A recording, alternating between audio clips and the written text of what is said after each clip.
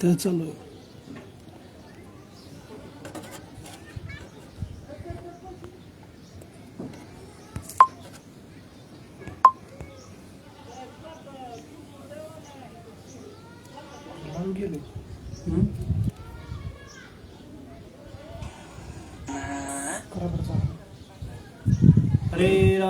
हरे राम राम राम हरे हरे, हरे कृष्ण कृष्ण कृष्ण हरे हरे, हरे राम राम राम हरे हरे, हरे कृष्ण कृष्ण कृष्ण हरे हरे, हरे राम राम राम हरे हरे, हरे कृष्ण कृष्ण कृष्ण हरे हरे, हरे राम राम राम हरे हरे, हरे कृष्ण कृष्ण कृष्ण हरे हरे, हरे राम राम राम हरे हरे, हरे कृष्ण कृष्ण कृष्ण हरे हरे. पुंडलिक वरदा हरी विठ्ठल, श्री ज्ञानदेव तुकाराम, पंढरीनाथ भगवान की जय, प्रभु रामचंद्र भगवान की जय, पवन सूत हनुमान की जय, गोपाल कृष्ण भगवान की जय. वक्रतुंड महाकाय सूर्यकोटि समप्रभ, निर्विघ्नं कुरु मे देवो सर्वकार्येषु सर्वदा. सदयते चन्द्रवदनं द्वैतपादमजस्मनं, वासृमणिदेवतमस्सराशिनाशिनं दिव्यानं, या कुन्देन्दुदुशादवदाया शुभस्तारतां, या भिन्नवदण्डमण्डितकराया श्वेतपद्मासनं, या ब्रह्मादिशंकरभूति देवी सदा वंदिता, समंबतु सरस्वती भगवती निःशेषाढ्यापं, मूकं करोति वाचालं मूलं गिरिं यत्कृपातं वन्दे परमानन्दमाधवं. नारायण नमस्कृत्यं नरं चैव नरोत्तमं, देवी सरस्वती व्यासो श्रीमद् सूक्तं देवकं सुचारुमोदनं, देवकी परमानन्दं कृष्णं वन्दे जगद्गुरुं. गुरुब्रह्मा गुरुर्विष्णुः गुरुर्देवो महेश्वरः, गुरु साक्षात् ब्रह्म तस्मै गुरुर्भ्यो नमः. वक्ता वक्ता श्रीपांडुरंगसमर्थ पुंडलिक वरद हरी विठ्ठल, श्री ज्ञानदेव तुकाराम, पंढरीनाथ भगवान की जय. रामकृष्ण हरी. वाचा. श्री गणेशाय नमः.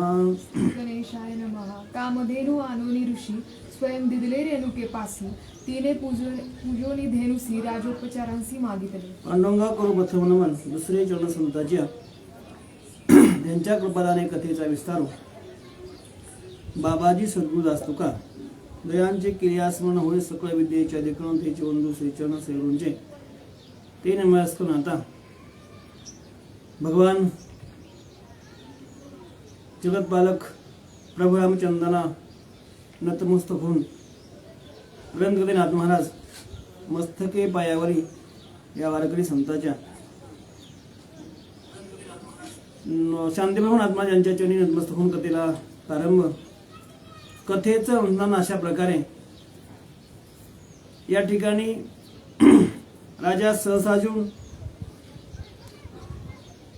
आणि प्रत्यक्ष भगवान परशुराम यामध्ये असा प्रकारचा प्रसंग की जमदग्नी ऋषींना आपल्या ठिकाणचा क्रोध आपला पुत्र परशुरामांना दिला. का दिला? तर क्रोध अत्यंत वाईट आहे. ह्या क्रोधानं अनेकांना दुःख दिलं. क्रोधानं अनेक आपले जवळचे आप्त असो, मुलगा असो, पत्नी असो,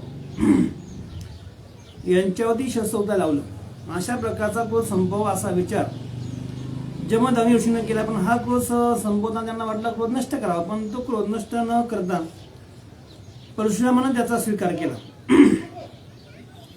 आता स्वीकार परशुरामानं केला, मग क्रोध हा चांगला आहे का म्हणून घेतला का? तर याचं कारण असं आहे की जर गुरूंची कृपा असेल, सद्गुरूंचं सामर्थ्य असेल, परशुराम म्हणतात महाराज ताता तुमच्या चरणाच्या ठिकाणी जर मी लीन झालो तर मग आता तो क्रोध मला काही करू शकत नाही. म्हणून त्यानेही स्वीकार केला. क्रोधानेही वचन दिलं की परशुरामा जर तू माझा स्वीकार केला तर तुला सर्व युद्धाच्या ठिकाणी मी सहकार्य करून. अशा प्रकारची पूर्वकाळ कथा आपण सर्वांनी ऐकून गेलो. परशुरामाच्या ठिकाणी क्रोध निर्माण झाला. श्रीरामाने तर एक घोड घेतला, समाधान झालं. अंगाच्या ठिकाणी चौपट अशा प्रकारची शक्ती बांधली. क्रोधानं जर क्रोध नसेलच अजिबात तर मनुष्य शक्ती असून काही करू शकत नाही. पुढं अनेक प्रकारचं कार्य होतं. भगवान परमात्म्याच्या सृष्टी कार्यामध्ये परमात्मा पुढचं भविष्य जाणून तशा प्रकारची असणारी परिस्थिती निर्माण करतो.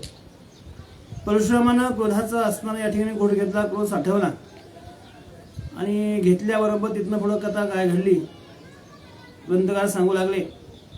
कामधेनू आणि अनिल ऋषी ज्यावेळी जमदाग्नी ऋषीनं काय केलं, आपल्या घरी आलेला राजा सहसार्जुन त्याचं आदातिथ्य करावं म्हणून त्या राजाची यथासांग अशा प्रकारे पूजा केलेली आहे.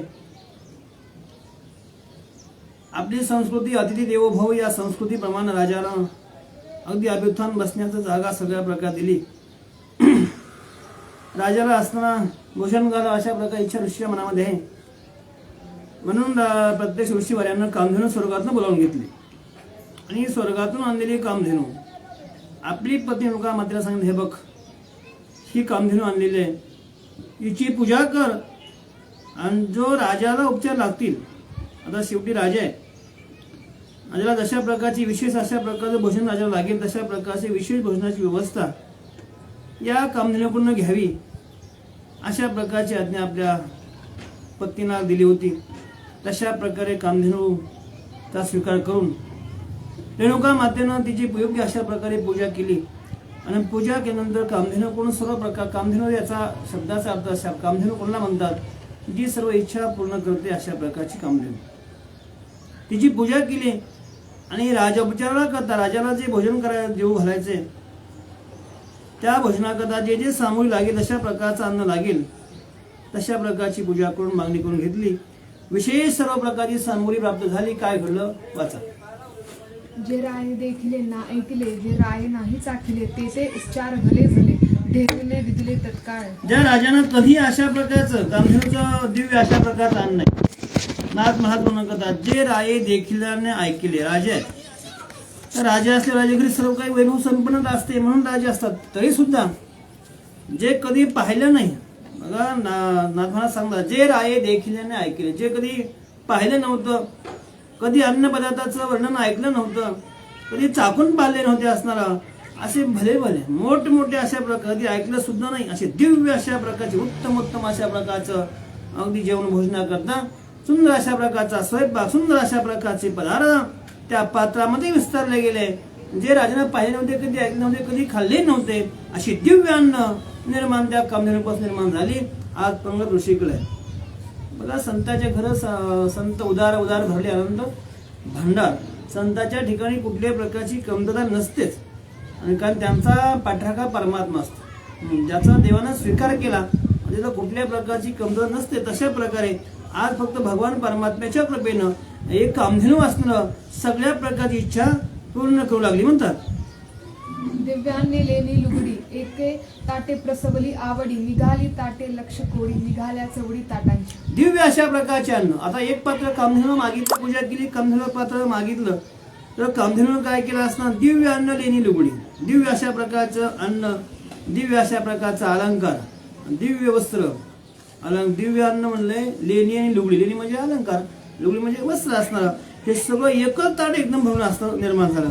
पण त्या ताटापासून निघाली लक्ष कोळी, निघाल्या चावडी ताटांच्या. एकच ताट काम घेऊन दिलं पण एका पात्राची आनंद अशा प्रकारची पात्र अगदी लक्ष कोळी, लक्षावधी अशा प्रकारची पात्र तयार झाली असं नाथ महाराज वर्णन करतात. राजदूत सांगे रायांपासी, अन्न सामग्री कैची ऋषीसी, वैशानागर नाही चुलीसी, कथा कायसी पाकाची. इकडं काय ग्रंथकार म्हणतात की राजानं विचार केला, आपण तर राजाकडं, आपण तर या ऋषींच्या आश्रमाच्या ठिकाणी जेवणाचा निरोप आहे. राजा म्हणतो, राजदूत असणारा सेवक म्हणतो, राजा ऋषींच्या घरी कुठलं सामग्री असणार आहे, काय असणार आहे, आपण एवढ्या प्रकारचे सैन्य, आपण एवढ्या प्रकारचे राजे, आपल्यावर एवढा लवाजम आहे, सैनिक आहे, ऋषींच्या घरी अन्न कसं ते पुरवलं जाईल आपल्याकरता. त्यांच्या घरी तर अजून धुरबी निघत नाही, चुली पेटली दिसत नाही असतं, वैश्वानर काही धुरी देवा दिसत नाही असतं. मग इथं स्वयंपाक कसा होणार, आपलं कसं पुरतं, आपली इच्छा भोजनाची, आपलं जे जेवण करायचंय, आपल्या जी भोजनाची पंगत आहे ते ऋषी कसं देऊ शकतील. अशा प्रकार दूत यावेळी राजाला बोलू लागला. राय पाठविला प्रधान, आश्रमी पाहे अन्न सदन, नसले तरी द्यावे आपण अन्न धन ऋषीसी. इकडे राजानं काय केलं असणार, आपला प्रधान, आता राजानं आपल्या प्रधानाला बोलावलं, प्रधाना लवकर जमले ऋषीच्या घरी. ऋषीच्या आश्रमात जावा. जर ऋषींच्या आश्रमाची ऋषींची इच्छा आहे भोजन करायची आपल्याला, पण जर काही कमी जास्त असेल, आश्रमाच्या ठिकाणी अन्न नसेल, आपल्याकडलं अन्न तिथं द्यावं असणारं अन्न धन ऋषीशी सगळ्या प्रकारचं आपल्याहून पुरवावं, त्यांच्या आश्रमामध्ये शिधा सवय निघून द्यावी, अशा प्रकारचं अस्त्र राजा प्रधानाला आज्ञा करू लागला. ऐसे एकोणी वचन ऋषी आश्रम प्रधान स्वयं पातला आपण तव ऋषी बोलावणे पाठवित. अशा प्रकारचा शब्द कुणी ऐकले प्रधानानं. आता लगेच प्रधानाचं का राजा बोले तर झाले, धावत प्रधान निघाले, ऋषी आश्रमाच्या ठिकाणी आले. समोर पाहिलं जमदग्नी ऋषी आहेत, रेणुका मारतायत. आल्यावर पाहिल्याबरोबर तेवढं असं दृश्य समोर दिसलं की तेव्हा ऋषीवर जमदग्नी ऋषी राजाला जेवाय बोलवा असा निरोप देत होते. म्हणजे इकडून ते जास्तोर प्रधान गेला होता तोपर्यंत तिकडून तयारी झाली होती कुणाची, ऋषींची. असं ऋषी म्हणत होते की आपल्या सेवकांना जावा आणि राजाला भोजनाकरता बोलवा. मग काय घडलं म्हणतात, प्रधान म्हणे लागला उशीर शिष्य वर्ग म्हणती धरा धीरू संपादिला अन्न प्रकारू आता सत्वर चलावे. यावेळी मात्र प्रधान आल्याबरोबर म्हणतो महाराज ऋषीवर बराच उशीर झाला म्हणले, भोजनाची वेळ होत चाललेली आहे, अजून स्वयंपाक वगैरे काही असं दिसेना. त्यावेळी शिष्यवर्ग कोणाचे, जमदग्नी ऋषी शिष्यवर म्हणतात, ओ प्रधान म्हणले, ओ असता तुम्ही या ठिकाणी काही काळजी करू नका, थोडा धीर धरा. सगळ्या प्रकारचं अन्न निर्मिती झालेली आहे, सगळ्या प्रकारची तयारी झाली आहे, थोड्या वेळामध्ये असं अन्न तयार होत आहे आणि लवकर तुम्ही अन्न तयार झालेलंच आहे, सगळी सुद्धा सामग्री तयार आहे, तुम्ही जा परत असणार राजा बाकीच्या सर्व सैन्य सर्वांना घेऊन या. अशा प्रकारचा सर्व ते दूत असणारे ते शिष्य असणार मंडळ यावेळी राजाच्या प्रधानाला बोलू लागले. प्रधाने जाणविले रायासी ऋषीने पाठविले बोलवयासी राय सिद्ध करोनी सर्वांसी आला कंटक केसी भोजना. प्रधानानं काय केलं लगेच, आता उशीर नाही त्यावेळी प्रधानानं लगेच आला परत माघारी. राजा वाटच पाहत होते, म्हणजे महाराज चला ऋषींना आपल्या सर्वांना भोजनाकरता बोलावलंय, सर्व प्रकारचं शिधा सामग्री सर्व अन्न तयार झालेलं आहे, स्वयंपाक सिद्ध आहे आणि आपण लगेच भोजनाला जायचंय. अशा प्रकारचा प्रधान बोलल्याबरोबर राजानं काय केलं, आपल्या सर्व सेना सर्व कटक सर्व संभार घेतला आणि भोजनाकरता राजा ऋषींच्या आश्रमाकडून निघाला म्हणतात. आले देखोनी रायासी ऋषी सामोर येऊनी प्रीतीसी रायांसी पूजले उपचारेसी मधुपर्कासी सिद्ध केले. बघा अत्यंत आदर आहे कुणाच्या ठिकाणी, हा आदर अत्यंत महत्वाचा असतो. बघा आशीर्वाद घेणं अत्यंत महत्वाचं असतं. आशीर्वादानं काही बरीच मोठमोठी कार्य होतात, पण तशा प्रकारची आपली अवस्था राहिली तशी लिनता पाहिजे. समोर राजाला पाहिला, प्रत्यक्ष जमदग्नी ऋषी समोर गेले, राजाची पूजा केली, उपचारेश बघा सुंदर अशा प्रकारचं वर्णन आहे. राजाची पूजा केली, मधुपर्काशी सिद्ध केले, अत्यंत सुंदर अशा प्रकारे पूजा केली, मधुपर्क पूजा राजाची केली. अतिथी देव भाव कुणी असो, मग देव सुद्धा बघा भगवान परमात्म्याच्या नारद मुनी गेले, परमात्मा सुद्धा नारदाची पूजा करतात, या महर्षी म्हणतात. म्हणून आपण कोण आहात, आपण किती मोठं, याच्यापेक्षा आपल्या ठिकाणचं संस्कार स्वधर्म काय आहे, आपलं शास्त्र काय म्हणतं हे अत्यंत महत्वाचं आहे. अतिथी देवोभव अशा प्रकारची आपली असणार या ठिकाणी संस्कृती असल्यामुळं प्रत्यक्ष महाराजांना या ऋषीवर्याने काय केलं, सुंदर अशा प्रकारची पूजा राजाची केली म्हणतात.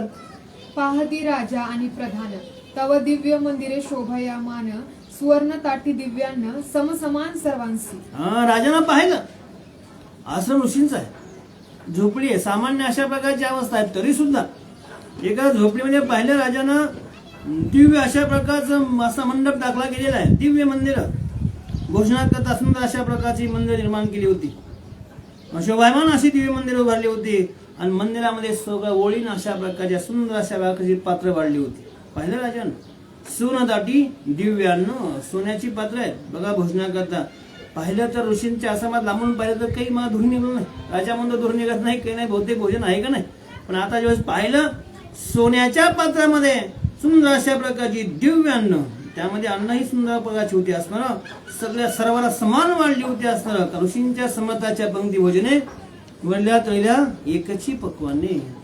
समताच्या मोठ्यांच्या घरच्या पंक्तीमध्ये वरच्याने तळातल्या म्हणजे समोर बसले का आणि कुठे बसले सर्वांना दिव्य सर्वांना समान भोजन असतं.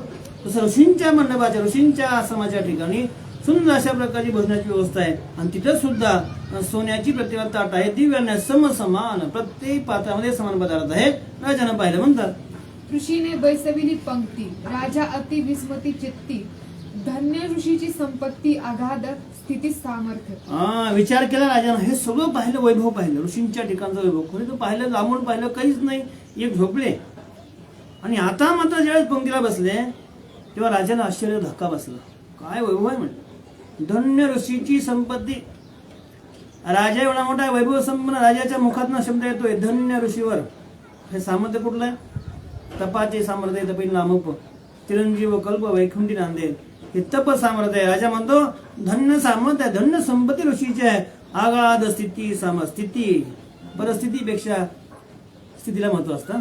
आपण परिस्थिती पाहतो, आपल्याकडे सवय तशी परिस्थिती पाहण्याची, स्थिती अत्यंत महत्वाची असते. राजा म्हणतो धन्य ऋषींच्या ठिकाणचा आश्रम आहे. राजाची काय ऋषींच्या ठिकाणी एवढ्या प्रकारची संपत्ती कुठून आली असावी, एवढे वैभव समोर ऋषीवर कशी येत असणार, नक्कीच असणार यांच्या ठिकाणची संपत्ती कुठली असेल तर तपाचं सामर्थ्य हे धन्य आहे. राजानं मान्य केलं. म्हणतात सकळ बैसले भोजन पंक्ती, मागणे नाही मागुती, वाढणे न लागी फुडती, अवघ्या तृप्ती एकाची. सगळे बसले भोजन करतात. राजाचं सर्व सैन्य आहे, चित्रंग सेना राजाच्या ठिकाणी असणार आहे. राजा सहसातून असणार या ठिकाणी तोये ऋषीच्या सर्व असणार भोजनाला पंक्तीला बसले आहेत. मागणे नाही मागुती म्हणजे मागणारा उरला नाही. बघा त्या पंक्तीचं महत्व नाथमाला सांगतात. सगळे जेवायला बसले, सर्वाला असणार सोन्याची पात्र आहेत, दिव्य अशा प्रकारचं अन्न वाढलेलं आहे, सगळे जेवणाला बसले, मागायची गरज नाही. त्या पंक्तीमध्ये वाढावं लागत नव्हतं, मागून घ्यायची गरज नव्हते, सर्वांना तृप्ती एक होती, म्हणजे कुणालाही कमी पडेल अशी होते. दिव्य अन्न होतं असणार, ऋषींचं सामर्थ्य होतं, प्रत्यक्ष कामधेनू प्रवृत्ती होती, म्हणून त्या पंक्तीमध्ये पुन्हा वाढायची गरज नाही पडली. दिव्य अन्न होतं सर्वांना, आणि तृप्ती होईपर्यंत भोजन. आपलं तृप्ती होत नाही की लक्षात ठेवा, कधी आपल्या अपेक्षा राहतेच. जरी जेवण झालं तरी वाटतं हे आणखी एखादं खाल्लं असतं. इथून असं म्हणला देवान थोडं चुकवलं म्हणजे काय, इथं ते असतं हे करण्यापेक्षा, इतकं पोट देण्यापेक्षा थोडंसं तोंडाला असं वरती एवढं भरून काढलं असतं एवढं, म्हणजे काय काय एवढे विचार करतात. पण इथं मात्र सर्वांची तृप्ती होईल. तृप्ती होणं याचा अर्थ आशा समजा. बरं, जेवणाची तृप्ती आपली काही कोणाची होईल असं वाटत नाही, कारण ही प्रत्येकाचा विषय वेगळा आहे. तर आपण होतच नाही, लगेच थोड्या वेळा 2 दिवसांनी तासाभरात लगेच काहीतरी आपण त्याची अपेक्षा करतो. तृप्त होण्याचा अर्थ तृप्ती हे करणं, पुन्हा त्यामध्ये कसल्याही प्रकारची अपेक्षा नसणं असं तृप्ती भोजन राजाला वाढलं गेलं. दिव्यालंकार भूषणे दिव्यांबरे परिधाने, सर्व गौरविले सन्माने, राजासी जे दुष्टा प्राप्ती ते ऋषी प्रति कैसोनी. या ठिकाणी दिव्य काय केलं राजाने, या ठिकाणी दिव्य अलंकार, सुंदर अशा प्रकारचे अलंकार सर्वांना. बघा भूषण झाल्यावरती दिव्य असे अलंकार म्हणजे लेणं भूषणं भरजरी दिव्य अशा प्रकारची वस्त्र सर्वांना दिले असणार, आणि सर्वाचा यथासांग सन्मान ऋषीवरांना केला. राजाला वाटलं एवढं वैभव कुठून आला असं, आम्ही राजे असून एवढी पंगत आमची मोठी होत नाही. या पंक्तीचा स्वयंपाक, इथल्या पंक्तीतलं इच्छा भोजन, तृप्ती भोजन, हे कसं आहे आश्चर्य वाटलं. सर्वांना एकच पात्र, सर्वांची तृप्ती, सर्वांना दिव्य अलंकार, लेणी लुगडी, सर्वांना वस्त्र अलंकार दिले, सर्वांचा गौरव केला. सगळ्याची मन आश्चर्यानं असताना सर्व पाहू लागले, काय ऋषीकडे संपत्ती नेमकी काय नेमकं कुठनं आणलं असावं असं आश्चर्य सर्वाचीच मन अगदी विस्मयानं पाहू लागली. म्हणतात पुरोहित सांगे ऋषीची थोरी, राजा म्हणे प्रधानाप्रती आम्हा ऐसी नाही संपत्ती, सकळ राजासी जे दुष्प्राप्ती ते ऋषी प्रति कैसून. राजाने विचारलं प्रधाना इकडे म्हणजे सगळं वैभव पाहिलं, सगळं स्वतः सुंदर जेवण झालंय, सगळं झालंय, सर्वांचा गौरव झाला, सन्मान झाला, सर्वांना वस्त्र अलंकार दिले गेले. राजाने प्रधाना इकडे म्हणले, एवढं आम्ही राजे असून आमच्या घरी अशा प्रकारचं एवढं दिव्य अशा प्रकारचं अन्न, एवढी संपत्ती, एवढं वैभव आम्ही सुद्धा पुरवू शकत नाही, आणि हे दुष्प्राप्ती, हे कधी न प्राप्त होणार अशा प्रकारचं भोजन, कधी न प्राप्त होणार अशा प्रकारचे अलंकार वस्त्रभूषण हे ऋषींच्या घरी आलं कुठून. सरळ राजाचा प्रश्न आहे. राजा म्हणतो हे ऋषीच्या घरी आलं कसं, असा राजाने प्रश्न आपल्या प्रधानाला विचारला. प्रधान काय बोलतो सावध आहे का. पुरोहित सांगे ऋषीची थोरी, कामधेनू आहे त्याचे घरी, तिचेनी प्रभावे करी दिव्य उपचारी वर्षत. त्यावेळी असणारे पुरोहित सांगतात, राजा हे जे वैभव आहे एवढं, हे सगळं वैभवाची थोरी कोणाकडे माहितीये का, ही का थोडी माहितीये, हे ऋषींच्या घरी असणारा कामधेनू. पुरोहितांनी सांगितलं. राजाचा प्रश्न आहे. राजा म्हणतो एवढं वैभव कुठून आणलं, हा ऋषीच्या घरी एवढं वैभव कुठून आलं, हे ऋषी एवढे श्रीमंत कसे, आम्ही एवढे मोठे नाहीत, ऋषीकडे एवढ्या प्रकारचं दिव्य अलंकार वस्त्रभूषण कशी असतील असं पाहिल्याबरोबर पुरोहित सांगतात राजा ऋषींच्या घरी कामधेनू आहे कामधेनू. आणि त्या कामधेनूचा प्रभावच असा आहे. आणि ती काय करते कामधेनू जे जे वस्तू मागावे ती पुरवते. तिच्यामुळे सगळे पदार्थ निर्माण झाले. अशी कामधेनू ऋषीकडे आहे असं पुरोहित सांगू लागले. ऋषींपासी आहे कामधेनू ऐसे एकता सहस्त्रार्जुन ते आम्ही घ्यावी मागून ऐसा अभिमान दृढ धरिला. आता ऋषींच्या घरी कामधेनू आहे ना आमच्याकडे नाही. मग राजे लोकांमध्ये कसं आहे नेहमी मत्सर असतो. आपल्यासारखं आपल्यापेक्षा मोठं कोणी नसावं अशी तशी बसी मानसिकता असते बऱ्याच लोकांची मोठ्या लोकांची. आपल्यापेक्षा वैभवानं कोणी पुढे चालला की मागं दिसण्याचा प्रयत्न करतात. इथे तीच अवस्था ऋषींच्या घरी कामधेनू आहे. हे राजा सहसाजून ऐकून घेतलं. ऐकल्याबरोबर मनामध्ये राजेशी वृत्ती असते लक्षात ठेवा. ही वृत्ती काय करते विनाश कला नेते. वैभव सगळं आपल्याकडे असावं अशा प्रकारची वृत्ती राजाकडे असल्यामुळं राजानं ऐकलं की ऋषींच्या घरी कामधेनू म्हणजे की आपल्याकडं काय ऋषीच्या घरी काय उपयोगाचे आहे. हे छपराच्या ठिकाणी हे ऋषींचं घर असंही काही प्रकारचा साधेचा झोपडी आहे आणि इथं ती कामधेनू शोभत नाही. आपल्या घरी घेऊन जो आपला राजवाडा मोठा आपण गावचे राजा होते आपल्याला शोभून दिसेल असं राजा विचार केला. आणि विचार नाही केला ग्रंथकार म्हणतो ऐसा अभिमान दृढ धरला. दृढ म्हणजे निश्चय झाला. विचाराचं परिवर्तन निश्चयामध्ये होणं. निश्चय झाला. निश्चय केला असणार आपण न्यावी आपण मागून घ्यावी असा विचार सहज अर्जुन करतो. मग राजा म्हणे जमदग्नीसी थोर सुखी केले आम्हासी काही एक मागेन तुझपाशी ते अवश्यतेसी मज द्यावे. त्यावेळी राजा म्हणतो महाराज नक्की राजा समोर गेले महाराजांच्या जमदग्नी ऋषींच्या आणि म्हणलं महाराज आम्हाला तुम्ही सुखी केलं. भूषण पंगत दिली दिव्य अलंकार वस्त्रभूषण सर्वांचा गौरव सत्कार झाला. आम्ही सुखी झालो. पण अजून काही सुखी झालो तर सुखी झालो म्हणतोय आणि मागतोय याचा अर्थ सुखी नाही. आम्ही तेने सुखी काय म्हणतात विठ्ठल विठ्ठल म्हणा मुखी. पण हे सुख नाही. हे सुखी झालं नसतं त्याचं बोलणं झालंय. जर सुखी असता तर मागितलं असतं का. लक्षात ठेवा. राजा म्हणतो आम्ही सुखी. आधी काय म्हणतो आम्हाला मोठं सुखी केलं कशानं भूषण झालं दिव्य अलंकार वस्त्र सगळे मिळाले. पण काही मागायचं याचा अर्थ सुखी नाही. म्हणजे आणखीन मागायची अपेक्षा आहे. राजा म्हणतो आम्हाला काही मागायचंय तुम्ही आम्हाला द्यावं. आम्हाला आमचं काही मागणं आहे ऋषीवर्या आम्हाला द्यावं असं राजा मागू लागला. ऋषी म्हणे तुम्ही राजे अत्यंतिक एरू म्हणे मी तुमचा याचक तुझं मागेन काही एक ते आवश्यक मज द्यावे. ऋषी म्हणतात महाराज असं कसं तुम्ही राजे आहात.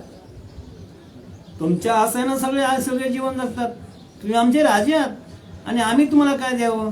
राजा म्हणतो महाराज मी आज तुमच्या घरचा याचक भिकारी आहे. बघा काही कधी माणसाची वृत्ती बदलेल आणि मागणाराच अवस्था कधी बदलेल.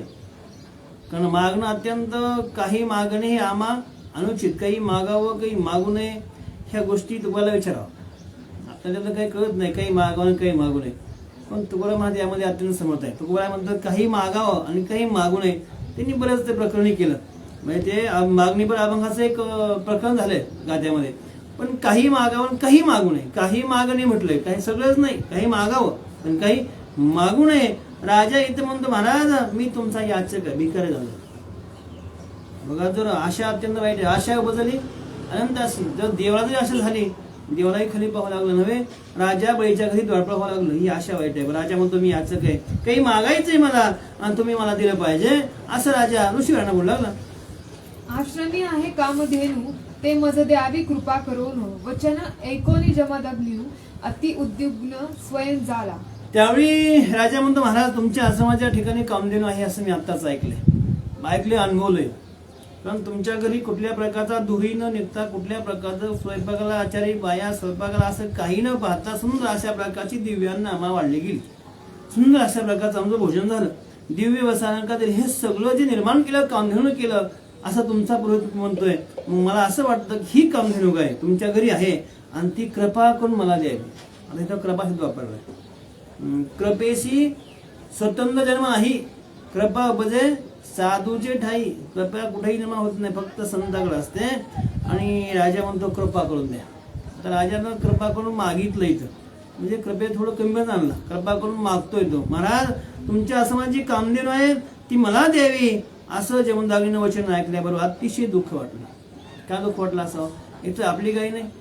आपण या ऋषींच्या राजाच्या भोजनाकरता राजाचा आदर करावा.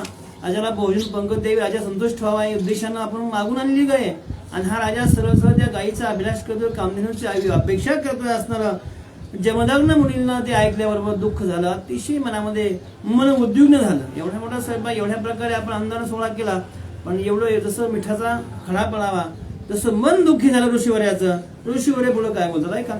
कामधेनु स्वर्गभूषण मृत्यूलोकी नाही जाण, गाय आणली इंद्रापासून परवस्तू दान केवी द्यावे.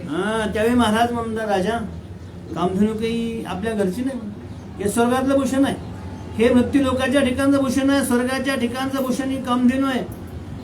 मृत्यू लोकामध्ये याचा रहवास नाही, तरी सुद्धा गाय आणली इंद्रापासून, इंद्राधिक देवाचा असताना स्तुती करून इंद्राकडून काही वेळा करता काही समयाकरता, जसं त्या परिसर भागवताच्या पत्नीकडून नामदेवाच्या पत्नीनं परिसर आणला होता, काही वेळ मागून आणला होता, काही सोनं करण्याकरता. तसं महाराज म्हणता, राजा इंद्रापासून ही असणारी इंद्रदेवाच्या अधीन अशा प्रकारचा सर्व कारभार आहे. आणि इंद्रदेवापासून काय केली, ती गाय आणली, ही मृत्यू लोकात ठेवता, हे स्वर्गातलं भूषण आहे, इथं ठेवता येत नाही, पर वस्तू दान केवी द्यावी. दुसरी गोष्ट माझा अधिकार आहे, ही मागून आणली वस्तू, मी समजा मी वस्तू कधी मागून आणली, ती मला दान देता येईल का, नाही देता येणार. ही परवस्तू आहे, ही माझी नाही असणारा, म्हणून असणारा ही दुसऱ्याची वस्तू दान देऊ शकत नाही, असं जमदग्न ऋषी राजाला बोलतात. राया तुझे पूजेचे अंती, धेनू न्यावी इंद्रापती, ऐसे करुणी निभूती आश्रमाप्रती आणली. राजा तुमची पूजा करण्याकरता, तुमचं आराधित्य करण्याकरता, तुमची सेवा करण्याकरता, तुम्हाला भोजन घालण्याकरता काय केले मी, ही गाय धेनू न्यावी इंद्रापती, इंद्रदेवाकडूनही गाय आणलेली, मागून आणली असतं, केवळ तुमच्या आराधित्य करता. हे तुमचं झालं, त्याला परत करायचे आहे असा नियम केलाय मी. काय नियम केलाय, ही गाई परत देईन, म्हणून ती गाई मला परत द्यावी लागेल असं बोलून असताना मी कामधेनू आणलेलं आहे. राजा ही तुम्हाला देता येणार नाही. दुसरी गोष्ट, ही कामधेनू स्वर्गातलं भूषण आहे, या पृथ्वीच्या ठिकाणी ही राहू शकत नाही, मृत्यू लोकात ठेवता येणार नाही. अशा प्रकारे चांगल्या प्रकारे समजण्याचा प्रयत्न ऋषीवर करतात. समोरचा मात्र तामसी राजशी वृत्ती असल्यामुळं राजा सहजातून काय विचार करतो सांगू का. राजा विचारी मानासी, बलात्कारे नेऊ धेनुसी, इंद्र येईल धावण्यासी, शिक्षा मी त्यासी लावी. तर राजे होते पूर्वीचे, अहंकारी होते, राजेशी वृत्ती होती. राजाने मनामध्ये विचार केला, महाराज का देत नाही वाटतं म्हणे, बळच नाही काय करते महाराज, ऋषी काय करणार करू, या ऋषीकडून बळच न्यायची, बलात्कार न्यायची असताना जर हिचा कैवार घेऊन राजा इंद्र जरी देवाचा इंद्र आला तर युद्ध करू, इंद्राशी विभांड असतं, इंद्रालाही शिक्षा करू. बघा राजेपूर्वीचे पराक्रम होते, वाद नाही याबद्दल, पराक्रमाचा वापर कुठं करावा हे थोडं त्याचं जमायला पाहिजे. पराक्रमी होते यात काही वाद नाही, पण पराक्रम असताना सुद्धा पराक्रम बळाचा वापर कुठं करावा. देवत ही बळे धरला साय असे करोनिया नाश उपाध्याचं, ह्या ज्या उपाध्या आहेत त्याच्या आशेच्या, अपेक्षेच्या, दुसऱ्याची वस्तू बळच घेण्याच्या असताना लोबाडण्याच्या, आणि ही वृत्ती जायला पाहिजे. राजाने मनात विचार केला, जर असे ऋषी देत नसतील ना, जर महाराज देत नसेल तर मग बळच न्यायची, इंद्र जरी आला इंद्राशी भांडण करायचं, त्याला शिक्षा करावी, अशा प्रकारचा विचार मनामध्ये राजा सहज अर्जुन करू लागला. सोडवया कामधेनू, राये धाडला प्रधानू, आडवा राहिला जमदग्न्यू, दे दिप्यमान तेजस्वी. मग राजाला आता मनाचा विषय झाला, राजा आहे, कुणी अडवू शकतं राजाला. मग राजाला अडवू न शकल्यामुळं राजाला काही बोलता येईना. मग मात्र असणार यावेळी राजानं विचार केला, आता जायचं पुढं, आणि ती कामधेनू गाय आणायची. आणि सांगितलं प्रधाना जा म्हणले, सोड गाय, ती म्हणले चल घेऊन चल.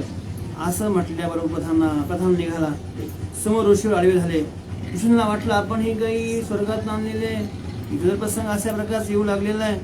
आडवे झाले, कारण ही परवस्तू आहे, देता येत नव्हती, आपण आणली इंद्राकडनं, इंद्रा दिली पाहिजे. मग ऋषीवर आडवे झाले. काय घडलं सांगू. जमदग्नीच्या तेजा पुढे प्रधान पळे मागिले कडे, योद्धे पळाले निदडे, सैन्य बापुडे ते किती. ज्यावेळी जमदग्न ऋषी समोर उभे झाले आडवे गाईच्या आळीकडं, नाही प्रधान निघाला, पण त्यांना पाहिलं ऋषीवर आडवे आहेत. तो महागाय तेजा पुढे ऋषी, तो समोर ते महान आहे, त्याला वाटलं ऋषीने शाप दिला तर जुळमस होईल. घाबरलं ते प्रधान असताना, जमदग्नीला भिडला असताना तेजा पुढे प्रधान महागाई पाला. योद्धे मोठमोठे होते, त्यांनी माघार कळाले, सैन्य सुद्धा. मग सैन्याची काय कथा, प्रधान माघारी पडतो, मोठमोठे योद्धे माघारी पडतात. मग प्रधानही बाकीचे सैन्य घाबरलं, कुणीही पुढे जायना. आणि राजाचा आदेश आहे, काय घेऊन या, चला घेऊन चला, असा राजाचा आदेश आहे. काय घडतंय बोला. ऐसे देखोनिया जाण, राजा धावनीला आपण पुढे उभा जमदग्न्या तो अनुप्रमाण ढळेना. अशा प्रकारे पाहिलं ऐशी देखून याचा राजानं पाहिलं की बघा हा ऋषीवर आपल्याला काही निघून देत नाही. जमुना ऋषी पुढे उभे आहेत, जागचं हलत नाही. काय केलं पाहिजे या ऋषीला असणार. आता जर एखादी वस्तू आपला अभिलाष केला आणि अभिलाष करून जर हे देत नसतील, राजा जर देत नसेल, प्रधान जर ह्या जर ऋषी देत नसतील, तर राजाच्या मनामध्ये ही वस्तू न्यायची असा विषय आल्यामुळं आता ऋषी असो संत असो, एकदा माणसाच्या मनातली राजेशी वृत्ती जागी झाली, एकदा आशा निर्माण झाली, तर ती आशा सहजासहजी माघारी फिरत नाही. राजानं पाहिलं समोर ऋषी आहेत, आता ऋषींना मारावं लागेल मगच काय नेता येईल. मनामध्ये विचार केला, राजानं पाहिलं काय करतो सावध का. ऐशे देखून या त्यासीन राजा मोकली शस्त्रासीन ती लागोनी या कृत व्यर्थन. ऐशे देखून या त्यासीन राजा मोकली शस्त्रासीन ती लागून शक्ती ऋषी सीन मग हातवसी निर्वाख. राजानं समोर पाहिलं ऋषीवर्यांना. ऋषी आडवे आहेत, गायी निघून देत नाहीत, कामधेनूंना हात लावून देत नाहीत. राजानं दिव्य अशा प्रकारचा लांबूनच बाणाचा वर्षाव केला. राजाला 1000 हात आहेत, नावत सहस अर्जुन अशा प्रकारचं नाव. 1000 हातानं बाणाचा वर्षाव केला, एकही बाण ऋषीच्या अंगाला रुतला नाही. सामर्थ्य ऋषीकडे होतं. राजाने विचार केला बाणानं काही होत नाही ना, बाण लागत नाहीत, बाण जातात परत माघारी फिरतात, एकही बाणाचा असणारा घाव ऋषींना लागत नाही. मग हातामध्ये तलवार घेतली राजानं असणारा आणि ऋषींच्या समोर धावला. काय घडलं म्हणतात, ते याचा स्वार्थ ते नाटवे कृत अर्थ राजहस्ते ऋषिघात नैसानार्थ ओढवला. जेत विषयाचा स्वार्थ, ज्यावेळी विषयाच्या अधीन मनुष्य जातो त्याला कामातुरा बहन लज्जा. तशा प्रकारे इथंही विषय कुठला आलेला आहे, हा एक विषय आहे. कुठला विषय असणार, आशा.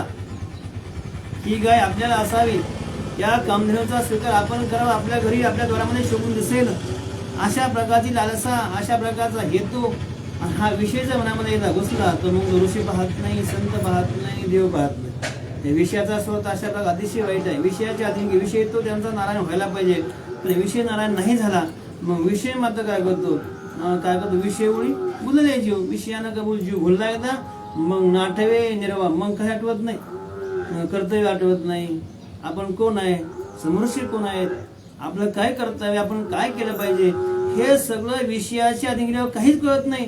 तशी राजाची अवस्था, कर्तव्य आठवे ना. राजाच्या हातून आता ऋषींचा घातवणार, ऋषी घाव घालणार का, ऋषी आडवेत, गाय निघून देत नाहीत. तलवार घेतली राजा, ऋषीच्या अंगावर धावला. काय घडलं म्हणतात, राजा अत्यंत क्रोधयुक्त निर्वाण शस्त्रे टाकीत त्याने ऋषीचा केला घात न पडला संचे जगमदाग्नी. राजा अत्यंत पराक्रमी आहेत आणि दुसरी क्रोध आहे राग मनामध्ये. का क्रोध आहे, ऋषी काय देत नाही. ज्यावेळेस इच्छा एखादा काम निर्माण झाला, एखाद्या विषयाचा काम नाही पुरा झाला की काय होतो, क्रोध येतो. त्याचं समीकरण तशा प्रकारचं, काम झाला पुरा तरी पुन्हा मोह वाढतो आणि अपुरा काम झाला तरी क्रोध होतो. आणि तशी अवस्था मनाच्या ठिकाणचा मोह होता, नाही पुरा झाला, पुरा होत नाही असं पाहिलं की ऋषी काय देत नाहीत, काम देत नाही. राग आला राजाला, क्रोधानं अनेक प्रकारचा शस्त्राचा मार केला. अत्यंत क्रोधयुक्त अंतकरणानं निर्वाणाचे बाण टाकले आणि त्या निर्वाणाच्या बाणानं ऋषींचा घात झाला. ऋषींना काही बाण लागले, ऋषी मृत्यूमध्ये पडले. ग्रंथ का सांगू लागले, जमदाग्नीने सांडिला कोपन त्याला गीत्याची न देवावे शापन तिने रायाचा प्रतापन शस्त्रा टोपे चालना. काही गोष्टी अशा आहेत बघा. जमदग्नी ऋषी म्हणलं की अगदी तोंडावरच असणारा अगदी समोर राग दिसतो, भयंकर अशा प्रकारचा अगदी क्रोध दिसतो. पण या जमदग्नी ऋषीने ज्यावेळेस आपल्या मनातला क्रोध संपवला, क्रोध घालवला, आपल्या क्रोधाचं शमन केलं, आपला क्रोध मुलाकडं पुरुषांना देऊन टाकला. क्रोध थोडाफार ते असायला पाहिजे का नसा पाहिजे तुम्ही सांगा. जर क्रोध असताना सोडून द्यावा तर अशा प्रकारची आपत्ती येतात की ज्या आपत्तीमध्ये काही करता येत नाही. बरं ही आपत्ती कशी, शाप द्यायला जावं एवढं तर लागणार ह्याला शिल्लक. ऋषीच्या मनामध्ये शक्ती अशी होती तपाची, नुसता शाप दिला असता तर राजा सहजाजून जोड बसून झाला असता. पण आज तेही शाप द्यावा अशी इच्छा झाली नाही. जरी स्वतःवरती एवढे घाव झाले, मरणाचा प्रसंग समोर मरावं लागलं, तरी सुद्धा ऋषींच्या मुखातनं शापाची वाणी निघली नाही. का, क्रोधाचं शमन, एवढी राग एवढा क्रोध शमन केला होता. क्रोध कुठल्याही प्रकारचा शिल्लक ठेवला नसल्यामुळं शापही देऊ वाटेना आणि राजाचा प्रताप राजा पराक्रम होता. राजानं पराक्रमानं ऋषींना घायल केलं. अनेक प्रकारचे बाण मारले. ऋषींची अवस्था अचेतन म्हणजे जणू काही मृतवत अशी अवस्था झाली. मग काय घडलं? जमदाग्नीचा गेला प्राणन, पळाले आश्रमीचे ब्राह्मणन. राजा बोलिला आपण आता कामधेनू आणारे. आता जमदग्नीला अनेक प्रकारचे बाण मारले होते. ऋषी पडले. नाथ महाराज म्हणतात शेवटच्या काही प्रसंगामध्ये पडले आणि काही वेळा ऋषींचा प्राण निघून गेला. म्हणजे ऋषींची प्राणज्योत मालवली. आता ऋषी संपले. ऋषीला मारलं गेलं. बाकीच्या आसपासच्या आश्रमात सर्व बाकीच्या त्यांच्या शिष्यांना ब्राह्मण लोकांनी ऋषींना पाहिलं की जमदग्नीचा घात झाला. ऋषींना मारलं. हे आश्रमाच्या ब्राह्मण लोकांनी पाहिलं. सगळे तिथून उठून निघून गेले. आता काही राजाच पडला. सैनिक थांबत नाही. आता एकदा एवढे ऋषीवर यांना मारलं म्हटल्यावर बाकीच्या ऋषींना आपलं गुंडाळलं. सगळे निघून गेले. राजा म्हणला चला रे आता घ्या ती गाय, चला घेऊन चला म्हणले. आता कुणी आडो येत नाही. ऋषीला मारलेला आहे. राजानं काय केलं, गाय घ्या आणि चला असं म्हणू लागला. मग काय घडलं? देणू सोडू आले सेवकन, रेणुका छोपले अत्यंतिकन. चक्र करुणिया ताटकन, युद्ध सन्मुख ते आली. सेवक लोक धावत गेले. राजाच्या आज्ञे धावत गेले. गायीला धरण्याचा प्रयत्न करू लागले. तिथं पुन्हा लोक माता धावत आले. ऋषींचा घात झालेला आहे. आपल्या पतीला राजानं मारलेला आहे. तरी युद्धाच्या आता गायीचं रक्षण करणं आपलं कर्तव्य. काही विचार आहे. एका बाजूला हा राजे, दुसऱ्या बाजूला आपलं सर्वस्व असणारं पती यांनाही मारलं गेलंय.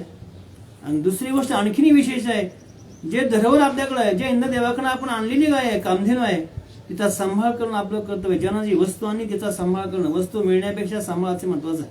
नेहमी कुठल्या गोष्टीमध्ये हे नक्कीच आहे.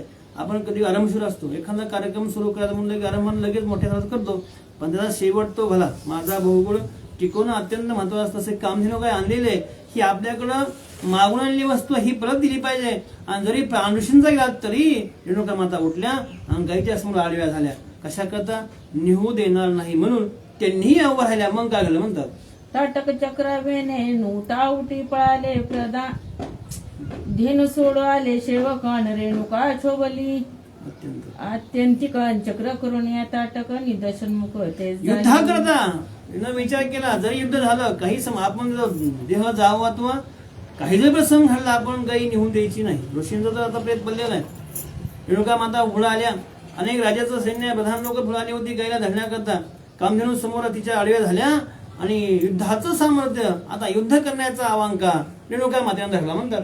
ताटक चक्राभिने उठाउटी पळाले प्रधानन. सेनारी जीव घेऊन पळाले सैन्य 12 वाटी. ताटक चक्राच्या वेना त्यांनी अशा प्रकारचा आवेश आणला की काही जरी घडला आता तर आपण या कामधेनूला निघून द्यायचं नाही. मनाच्या ठिकाणचा असा निग्रह झाला की ही आपल्याकडे धरोहर असणं इंद्रदेवाकडून आणलेली गाय आहे, ही परत केली पाहिजे. आणि म्हणून त्या पुढे उभं राहिल्या आणि त्यांचं ते स्वरूप पाहिलं. जगदंबेचं 11 स्वरूप पाहिलं. आवेश पाहिला युद्धाचा. प्रधान लोक माघारी सरले. सेनाही जीव घेऊन माघारी पळाली. सैन्य सुद्धा 12 वाट्यानं धावू लागलं. असा आवेश त्या जगदंबेचा रेणुका मातेचा पाहिला म्हणतात. ताटक चक्राचे तिकट धारण, निगडे पडलेले महावीरन. वाहती रुधिराचे पुरण रणी, तिचं समोर कोण राहिले. ताटंग नावाचं चक्र तिच्या हातामध्ये रेणुका मातेच्या. आणि त्यानं युद्धाला सुरुवात केली. अनेक प्रकारचे ऋषी लोक, प्रधान, अनेक बाकीचे राजेचे सेवक, प्रधान सेवक लोक, अनेक बाकीचे सैन्य धावू लागलं. आणि त्या तीक्ष्ण अशा प्रकारे ताटक चक्रानं अनेकाचे मुंडके उडवले गेली. निधडे मोठमोठे महावीर युद्धाच्या ठिकाणी पाडले गेले. रक्ताचा पूर व्हावा लागला. असा घनघोर असा संग्राम रेणुका मातेनं यावेळी केला. मग काय झालं म्हणतात, रेणुका मातेने लवलावून सोडू धानिकला स्वेरावून. रेणुकेने हा सोडीला भावून, पडे सहस्र बाहो मूर्छित. रेणुका मातेला पुढे पाहिलं असणार. रेणुका माता युद्धाला उभं राहिल्या आहेत. कामधेनू निघून देत नाहीत. आणि तसं पाहिलं राजा स्वतः पुढे आला. सैनिक पळालं. प्रधान माघारी पळाले. राजा धावत आला. रेणुका मातेच्या अंगावरती रागानं धावला. तीही युद्ध केली. ग्रंथकार सांगतात नुसता धडका मारला. रेणुकीने असोचा भाऊ नुसतं धरलं हाताला आणि ढकलला पाठीमाग. राजा उताना पडला. आणि ग्रंथकार सांगतात सहस्र भाऊ मूर्छित. नाथ म्हणतात नुसतं रेणुका माताने घिसका मारला, ते महाग पडलं, त्याने डोळे पांढरं केलं. अशी अवस्था राजा सहस्रार्जुनाची रेणुका मातेने केली म्हणतात. त्या सहस्रार्जुनाचे सुतन, 10 गणले क्रोधयुक्तन. तीही युद्ध केल्या अद्याद्भुत तव सवचित्त नृप त्या झाला. राजाची काही मुलं होती, राजाबरोबर त्याची मुलं होती, त्याची अनेक मुलं. आता पूर्वी अशी प्रथा होती की पत्नीत्व, अनेक पत्न्या, मग अनेक मुलं असतील. त्याची अनेक मुलं धावत आले. आपल्या बापाला युद्धाच्या रेणुका मातेनं धावत येऊन पाडलेलं आहे, ढकलून दिलंय. राजा मुठीत पडला, पाहिलं, मुलं धावत आली, मुलाशी युद्ध केलं. बघा नाथमाला सांगतात मुलांनी युद्ध केलं, तेही अंगावर धावत आले. अत्यंभूत असं घनघोर युद्ध रेणुका मातेचं मुलांचं झालं आणि तेवढ्यामध्ये राजा सावध झाला. मग काय घडलं? निर्वाण शस्त्राचे घावून राव सोडी लावून तिन्ही न लागती पाहून देखून राव गजबजीला. राजाने विचार केला, हे सामान्य नाहीत, हे ऋषींची पत्नी आहे, हिने निर्वाण अशा प्रकारे युद्ध मानलेलं आहे. राजाने निर्वाणीची शस्त्र म्हणजे निर्वाणाच्या प्रसंगी जे शस्त्र वापरतात अशा प्रकारचा शस्त्राचा मार राजानं केला. अनेक प्रकारचं धनुष्य, अनेक प्रकारचे बाण सोडले, पण कुठल्याही प्रकारचा बाण रेणुका मातेला स्पर्श करत नव्हता. दिशेने लागती कुठलाही बाण लागे ना. मग राजाला आश्चर्य वाटलं, आपण काही करतोय, दिव्य बाणाचा वापर केला, दिव्य शस्त्राचा वापर केला, तरी सुद्धा रेणुका मातेला काही होत नाही.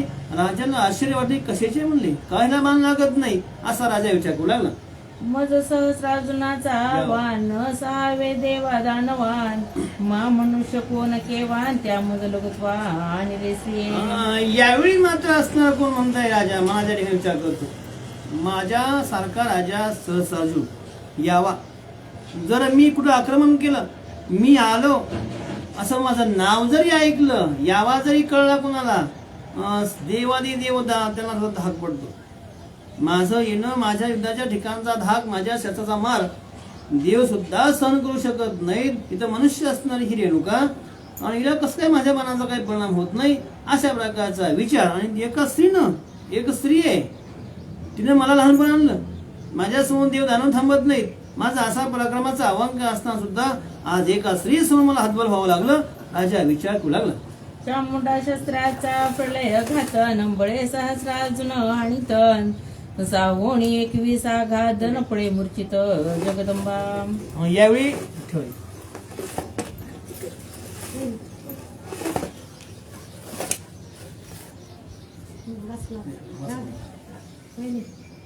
चामुंडाचा प्रलय घातन बळे सहस्रार्जुन आणि तन सावोणी 21 आघात नपळे मूर्छित जगदंबा. चामुंडाचा प्रलय घात यानं अनेक प्रकारे सहस्रार्जुना युद्ध केलं. अगदी प्रलय निर्माण व्हावा अशा अनेक प्रकारची अस्त्राचा मारा केला. आणि शेवटी ऋषींच्या पत्नी होत्या, स्त्रीच आहे. राजा सहस्रार्जुन 1000 हाताचा असा राजा आहे. त्यानं अनेक प्रकारच्या बाणाचा वर्षाव केला आणि त्यानं बाणाच्या वर्षावानं चामुंडास्त्राचा प्रलय घात, त्यानं अनेक प्रकारचे बाण मारले. आणि त्या बाणामुळं त्यावेळी साहोणी 21 आघात, 21 अशा प्रकारचे वार रेणुका मातेच्या अंगावरती राजानं केले. माता 21 वार लागल्यावर रेणुका माता मूर्छेमध्ये पडल्या. त्यांना काही कळलं, बेशुद्ध झाल्या म्हणतात. जमदाग्नी आज्ञेचे बंधन कामधेनुची होते पूर्ण ऋषी निमित्ताची जानन देणू निर्बंधन सोय झाली. आता प्रसंग बघा, ज्यावेळेस जमदाग्नीच्या आज्ञेचं बंधन होतं, ऋषींना आणली होती तिला, ऋषींच्या आज्ञेनं कामधेनू मृत्यूलोक हे आली होती. ही बंधन ऋषींचाही घात झाला, नंतर रेणुका मातेचाही घात झाला. जो पण रेणुका माता होत्या तो पण बंधन होतं की आपण आपल्याला यांनी आणलंय, यांचा सांभाळ करण्याचं काम यांचं आहे. बघा कामधेनूला हे माहिती होतं की आपल्याला कुणी आणलंय, ऋषीने आणलंय. ऋषींच्या बंधनामध्ये आपण त्यांच्या आज्ञेमध्ये आहोत. ऋषींचा घात झाला, रेणुका मातेचाही घात झाला. मग माता ती धेनू निर्बंधन सोयी झाली. तिने विचारच केला, आता आपल्याला कोणी रक्षण करता, आता आपुले आपण करा सोडवण. ज्यावेळी आधार होता या दोघांचा, पण या दोघांचाही अशा प्रकारची अवस्था पाहिली. रेणुका माताही मूर्छित पडल्या, ऋषींचाही प्राण गेला. हे पाहिलं मग धेनू निर्बंधन, तिनं आता मोकळी झाली. मग काय म्हणतात, रेणुका रणी पडली यावरीन राजा धावून धेनू धरीन दडका आणून निघे बाहेरीन सहस्र करीन आटोपे. रेणुका माता पडल्याबरोबर आता सगळं मोकळं झालं ना. ऋषींनाही मानलं, रेणुका माताही मूर्छेने पडली. आता गाई नेण्याकरता आपण मोकळं झालं. राजा धावतच गेला. आता त्या कामधेनूला धरणार, गाईला धरणार. तिनं लाथा मारल्या, धडका हानवलीने तिनं बऱ्याच लाथा मारल्या. गाई धावत सुटली. राजानं 1000 हातानं धरण्याचा प्रयत्न केला, पण ती गाई काय आवरे ना. मग काय झालं म्हणतात, राजा खुराहोरी हाने घातन तेने खुरी निघाले रक्तन त्याची खुरासई झाले रक्त न आले यथार्थ रायाशी. राजानं काय केलं, कामधेनू पळू लागली, पाठीमागे धावू लागला, 1000 हातानं आवड अडवण्याचा प्रयत्न केला. राजा खुरावरी हाने घात. राजानं काय केलं, त्या कामधेनू पळते धावते म्हणून तिच्या पायावरती खुरावरती काय केलं, तलवारीनं वार केले. वार झाल्यावर त्या खुरामधून रक्त निघालं. पण त्या रक्ताची अवस्था, रक्त खुरासनी झाल्या, रक्त जेव्हा त्या रक्ताने खुरासनी रक्त निघालं, त्यातनं ते खुरासनी अशा प्रकारचे वीर, खुरासनी नावाचे वीर निघाले आणि ते वीर युद्धावर राहिले. बघा, कामधेनूला जरी मारलं, पायावर असणारं शस्त्र मारलं, त्यातनं रक्त निघालं, रक्तामधनं वीर निर्माण झाले. कुठले, ते खुरातनं जन्म घेतला म्हणून त्याला खुरासनी म्हणतात. असे युद्ध निर्माण झाले. ते युद्ध राजे युद्ध करू लागले. खुरासने पळवून पाहेन राजा शिंगावर याने गायन झाला शिंगाळाचा उद्भवंती सहस्रबाहू हाकीला. आता इथं युद्ध केलं राजानं खुरासनी त्या वीराबरोबर. कुठले, खुरातनं निर्माण झाले ते वीर, त्यांचे युद्ध केलं, त्यांना पळून लावलं. राजा फरक नाही होता. म्हणून त्यानं काय केलं, गाईला कामधेनूला अडवण्याकरता तिच्या शिंगावरती काय केलं, घाव आणला. शिंगावरती काही शस्त्राचा वार केला. शिंगावरती असताना धनुष तलवार लागल्याबरोबर तिथं काय झालं, शिंगाळ नावाचे, शिंगाळाचा उद्भव म्हणजे शिंगाळ नावाचे वीर निर्माण झाले. मग जिथं कामधेनू गाई होती ती शिंगावर घाव हाणला की शिंगाळ नावाचे वीर निर्माण झाले. आणि ती वीरांनी अजून राजा अडवलं आणि युद्ध करू लागले. म्हणजे तिथं ह्यानं काही करायचं हवं, धूस होऊ लागलं, भलतं होऊ लागलं. खुरावरती घाव घातला तर खुरासने वीर निघाले, शिंगावरती घाव हाणला, शिंगाळाचे वीर निघाले आणि ते राजाशी युद्ध करू लागले. आक्रंदे ते हंबरड्यासीन ते ठाई झाले काले मसीन जन्म पावले हंबरसीन ती सहस्रभाऊ हाकिता. आक्रम देते हंबरड्यास. जेव्हा गाई असताना बोल धावू लागली, राजा पाठीमागे युद्ध करतोय, असं घनासाम युद्ध सगळं. त्यावेळी मोठ्यानं हंबरला त्या गायीनं फोडला. ती हंबरल्याबरोबर काले मशी नावाचे असणारे वीर निर्माण झाले. त्यांनी काय केलं, राजाशी युद्ध करू लागले. म्हणजे जे जे राजानं करावा तो अपायकडे. इथं नवल असतं, आपण ज्याला उपाय करायचा प्रयत्न करतो अपाय घडतात. तशा प्रकारे राजानं काही कृती करावी, गाईला आटोपण्याकरता, धरण्याकरता, कामधेनू पकडण्याकरता. पण ज्यांना जे करावं ते विरोध होऊ लागलं. तिथंही काय झालं, ते हंबरल्याबरोबर तिथंही कालेमसी नावाचे निर्माण झाले आणि त्यांनी राजाशी युद्ध केलं म्हणतात. इतके करून या कंदन स्वर्गा गेली कामधेनन राजा झाला एवढ्या प्रकारचं युद्ध घडलं. बघा, अनेक प्रकारचे पर्याय शोधले. माणसाच्या विषयाच्या पाठीने आशा अत्यंत अत्यंत मोठी असते. आणि आशेनं त्यानं काय काय केलं, एका ऋषींचा घात केला, एका स्त्रीवरती असं चलवलं. एक स्त्री आहे, माते समान असणाऱ्या त्या रेणुका माता होत्या, त्यांच्या अंगावरती शस्त्र उचललं, 21 घाव केले. शेवटी गायही निघून गेली, कामधेनूही निघून पळून गेले असताना स्वर्गाच्या ठिकाणी कामधेनू निघून गेली. राजाचं मन आता उद्योग झालं. मनुष्य भानावर कधी येतं बघा. एवढ्या प्रकारचं हातून कृत्य घडलं. काय, कशामुळे घडलं, सगळं या लोभामुळे. आपल्याकडे असावं, आपल्याला किती असतं तरी आपण असण्याची अपेक्षा करतो, लोभच आहे. आणि अशा प्रकारची अपेक्षेनं आशेनं काय झालं, तर गायही निघून गेली असं आणि ऋषींचाही घात झाला. ऋषी पत्नीच्या अंगात आपण घाव केले. राजाचा चेहरा सुकला, त्याला वाईट वाटलं आता की आपण एवढं केलं, ही कामधेनू मिळावी म्हणून एवढा अट्टास केला, पण काही फायदा झाला नाही. राजा दुःखी झाला म्हणतात. मने स्वार्थना परमार्थन उगाची केला श्रीघातन मजा घडला ब्रह्मघातन अज्ञानार्थ स्वलावे. विचार करतो राजा असताना, स्वार्थ नाही, परमार्थ नाही, स्वार्थ घालला का. स्वार्था करता मला वाटलं होतं की मी यांना मारून काय घेऊन जाईल. एक काय झालं असतं, समजा कामधेनू मिळाली असती तर स्वार्थ घालला असता. पण स्वार्थ नाही, परमार्थ नाही. स्वार्थ करायला गेलं, स्वार्थही झाला नाही, गाई नाही मिळाली. परमार्थाकडे पाहिलं तर परमार्थाकडे एका महान ऋषीची हत्या घडली. एका स्त्रीवरती आपण हत्यार उचललं. एका माते समान स्त्रीच्या अंगावरती अनेक प्रकारचे आपण घाव हाणले.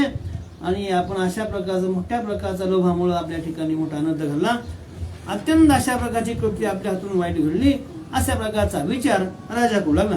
राजा अनुतापे मानसीन काही न बोले कोणासीन घेऊन या सकळ सैन्यासीन निज नगराशी तो गेला. अनुताप हो, अनुताप. अनुताप हे दोष जाय न लागता निमिष, पण अनुताप व्हावा. अनुताप होतो आपल्याला, पण तेवढ्या पुरता. अनुताप असा व्हावा की एकदा झळझळणी व्हायला आणि त्यातनं बाहेर पडलं की बाहेर पडलं पाहिजे. राजाला वाईट वाटलं, आपल्या हातून मोठ्या प्रकारे चूक घडली. या स्वार्थाची अशी भुली असते. एकदा माणसाच्या मनामध्ये विषय निर्माण झाला, स्वार्थ निर्माण झाला की हा स्वार्थ समोर काय करतोय, कुठल्या कधी शाखून समोर जातो याचा आठवड राहत नाही. राजाची तीच अवस्था घडली. आपल्या हातून मोठ्या प्रकारचं मोठ्या प्रकारची हत्या घडली. एका ऋषीची हत्या घडली. एका स्त्रीवरती आपण हत्यार उचललं. अनुताप झाला मनामध्ये. कोणाला काही बोललंच नाही. सगळं सैन्य घेतलं. अगदी गुपचूप राजा असताना आपल्या नगरीला निघून गेला. कारण काही नव्हतं, काही प्राप्त झालं नव्हतं, यश आलं नव्हतं. यश मिळवायचा प्रयत्न केला, हातामध्ये काही आलं नसल्यामुळं राजाला वाईट वाटलं. सैन्य घेतलं, राजा आपल्या नगरीमध्ये निघून गेला म्हणतात. रणी रेणुका मृचापन्न ती सोय होऊन या सावधान ठाई ठेवून या प्राणानं चेतना संपूर्ण पावली. युद्धाच्या ठिकाणी प्रसंग असा घडला. रेणुका माता पडल्या होत्या त्या ठिकाणी. थोड्या सावध झाल्या, काही वेळानं सावध झाल्या. राजा निघून गेला. आश्रमाच्या ठिकाणी एकटे रेणुका माता पडल्या होत्या. अंगावरती 21 अशा प्रकारचे घाव झाले होते. तीक्ष्ण अशा प्रकारच्या असणाऱ्या तलवारीच्या असणाऱ्या घावांना त्याही विरोध होत्या. मूर्छा थोडी सावरली गेली. प्राण उरला होता कंठामध्ये असणारा. चेतना उरली होती. सावध झाल्या. काय घडलं म्हणतात. कंदन देखून या त्यांतिकन आक्रंदे दुधली हा कण परशुरामा पावाव शकन माझे दुःख निवाराया.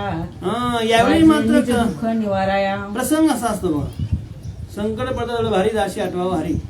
पण इथं प्रसंग आहे एवढ्या प्रकारचा समोरचा दुःखद प्रसंग आहे. सावध आहे लोकांना सावध झाल्या पाहिलं समोर सर्व प्रकारचं युद्ध झालेलं आहे. गायही काम देऊन नाही. राजाही निघून गेलेला आहे. अनेक ब्राह्मण लोकांचा ऋषी लोकांचा घात झालेला आहे. आपल्या पतीचाही घात झालेला आहे. आपले अंगावरती 21 अशा प्रकारचे 10 शस्त्राचे वार झाले. दुःखमय अशा संकट अशा प्रकारचं पाहिलं आणि लोका मातेनं मोठ्यानं आक्रोश मांडला. मोठ्यानं हाक मारली. कुणाला? परशुराम. हे परशुरामा लवकर धावत आहे, मी दुःखी आहे, माझ्यावरती मोठं संकट आलं. अशा प्रकारची एकच हाक परशुरामाला आपल्या मुलाला मारली. काय घडलं म्हणतात. तो मातेच्या महादोनेन कैलासी पडे त्याच्या कानी तो आला शीत तक्षणी मातृवचनी अतिभक्ती. मातृवचनी अतिभक्त. आईचा असता मातृभक्त होता राजा. मातृभक्त होते परशुराम. आईचा तो आवाज बघा. कुठंही घटना घडली आणि तिथं त्या ठिकाणी श्रीमंतपासून तिथं आवाज गेला कैलासामध्ये. कैलासाच्या ठिकाणी भगवान शंकराची आराधना करण्याकरता गणपती बाप्पा कोण असताना काही फरशाचं ज्ञान घेतलं होतं आणि त्या ठिकाणी परशुराम त्यांची सेवा करत होती महादेवाची. आणि तिथं आवाज गेला आईचा. रेणुका मातेचा आक्रोश, त्यांच्या मुखातला शब्द, हे परशुरामा धावते, मी संकटामध्ये आहे, असा आवाज ऐकला. आणि मातृभक्त असल्यामुळे कैलासाच्या ठिकाणी ऐकलं आणि परशुराम निघाले म्हणतात. हे पूर्ण कथा इतिहासीन झाली होती जैशी तैसीन ती सांगितली परशुरामासीन आश्रमवासी ब्राह्मणी. अशा प्रकारची कथा आपण पाठीमागे ऐकली. तीच असताना ज्यावेळी परशुराम आले तेव्हा आश्रमातल्या सर्व ब्राह्मण लोकांनी सांगितलं, परशुरामा अशा प्रकारचा इथला प्रसंग घडला होता. आणि आईचा अशा प्रकारचा आवाज ऐकून आईनं असताना तुम्हाला हाक मारली. रेणुका मातेच्या शब्दाला तुम्ही अनुसरून त्यांच्या हाकेला ओ दे तुम्ही या ठिकाणी आला. अशा प्रकारचा प्रसंग बाकीचे ऋषीवर बाकीची ब्राह्मण मंडळी परशुरामाला सांगू लागली. ऐशी ऐकून या वार्तान सवेग पाहू आला मातान तिशी गाय वट देखतान आक्रंदता गैवरला. अशा प्रकारच्या ऋषीच्या मुखातनं मी आलो. या परशुराम आले. सर्व ऋषीच्या मुखातनं ह्या युद्धाचं वर्णन ऐकलं. परशुरामाचं मन उद्योग झालं आणि आई ज्या ठिकाणी रेणुकामाता पडल्या होत्या त्या ठिकाणी धावत आला. आई जिथं पडल्या तिथं पाहू लागला. पाहिलं तर आईच्या अंगावर रेणुका मातेच्या अंगावरती अनेक प्रकारचे घाव होते. त्यांची अशी विहुळ अशा प्रकारची अवस्था. सर्व अंगामध्ये रक्ताचे घाव, सर्व प्रकारचे घाव आहेत. रक्त बंबाळ असं शरीर आहे. आणि आईला पाहिलं. परशुरामाने काय केलं म्हणतात. रेणुका म्हणे पुत्रासीन तो काय तेरड आलासीन पुरुषार्थ नाही तुझ पासीन कैवारी होशी तू काय. रेणुका मातेचं अशा प्रकारची अवस्था पाहिली. सर्व अंगावरती घाव आहेत. सर्व प्रकारचे हे पाहिल्याबरोबर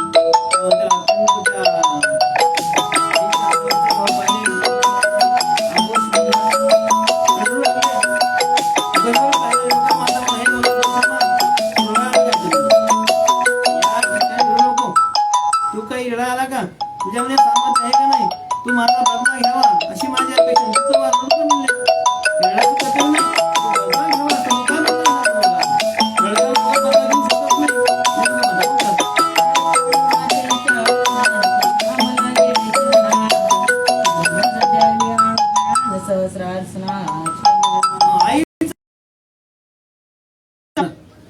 बदला घेणार का नाही असं म्हटल्याबरोबर परशुरामानं आपल्या आईच्या पायावरती मस्तक नम्र केलं आणि म्हणतो माते मला आज्ञा कर, आता जाईन.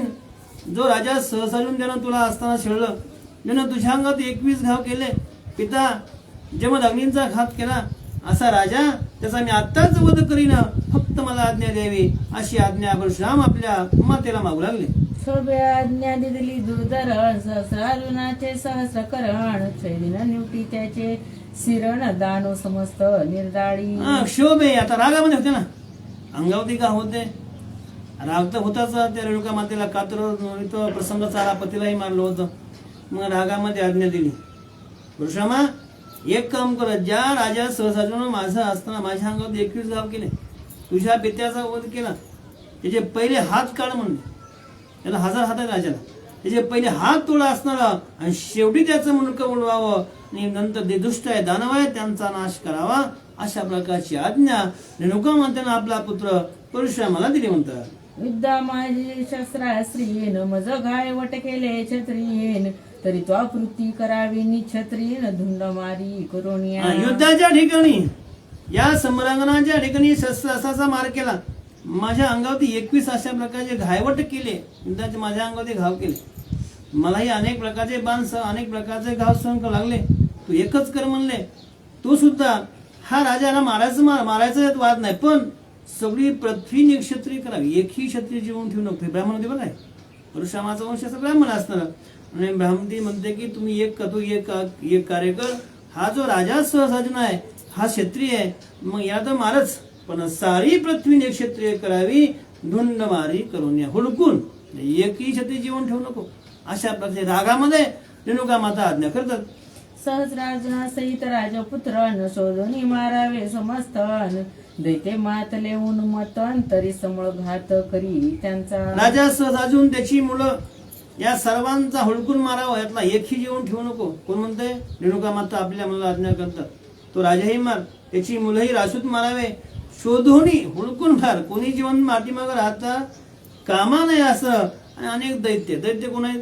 ज्यांच्या ठिकाणी दुष्ट अशा प्रकारची वृत्ती, जे धर्माच्या धर्म कार्याबद्दल असताना ग्रहण आहे, अशा प्रकारे दैत्य यांचा समूळ घात, मुळापासून म्हणजे समूळ घात करावा. अशा प्रकारची माझी आज्ञा आहे, रेणुका माता म्हणतात. माझे शरीर ते धरित्रीन, 21 गाय केले छत्रीन, 21 वेळाने छत्रीन, पृथ्वी करी मम आज्ञा. ऐक, माझं शरीर असताना काय केलंय? माझे शरीर ते धरित्री, हे धरित्री सारखं समज माझं शरीर असणार, एक धरित्री माताच म्हणून. त्यानं माझ्या अंगावरती किती 21 घाव केले. कोणी? राजा या सहसार्जुनानं. तूही एक काम कर असणार, ही पृथ्वी 21 वेळा निक्षत्रिय करावी, एकही जेवण ठेवू नको, हुडकून जो क्षत्रिय दिसला की मारावा. अशा प्रकारची आज्ञा, पृथ्वी करी मम आज्ञा, म्हणजे 3 सप्तक म्हणजे 21 वेळा ही धरती निक्षत्रिय करावी. अशा प्रकारची माझी आज्ञा आहे, रेणुका माता आपल्या मुलाला म्हणतात. वंदोनिया मातेचे चरणन, घेऊनिया धनुष्यबाणन, परशो धरुनिया दारुणन, कोपायमान चालिला. आपल्या आईची आज्ञा मान्य केली. वंदोनी मातेचे चरण, आईचा आशीर्वाद घेतला, दर्शन घेतलं असणार, धनुष्यबाण हातामध्ये घेतलं. परश असताना, तो परश कुठं आणला होता? गणपती बाप्पाकडे दर्शन घेतलं होतं आणि त्यांच्याकडून असताना कृपेनं घेतला होता, त्यांनी कृपेन दिला होता असं. आणि तो परश हातामध्ये, धनुष्यबाण हातामध्ये असणार. अत्यंत कोप तर होताच, कोपाचं वर्णन आपण पाहिले. ऋषिकलाच कोप घेतला होता, तो चोपट कोप झाला होता पहिल्यापेक्षा, कुणाकडे? परशुरामाकडं. आणि चोपट अशा प्रकारे शक्ती अंगामध्ये बांधली होती. अत्यंत क्रोधमय अशा प्रकारची अवस्था आहे. आईच्या अंगावरचे घाव पाहिले, आईची आज्ञा होती 21 वेळा धरती निक्षत्रिय करावी. ह्या सगळ्या गोष्टी घेऊन आल्यामुळं हातामध्ये धनुष्य घेतलं, परशु हातामध्ये घेतला. अत्यंत रागानं परशुराम निघाले म्हणतात. मातेची आज्ञा निमिषन, मूळ पीठ पवित्र परमन, ते मी करीन सहगमनन, मग उत्तर कर्म तू करी. यावेळी त्याने सांगितलं, काय केलं? मातेच्या थोडं खाली करा.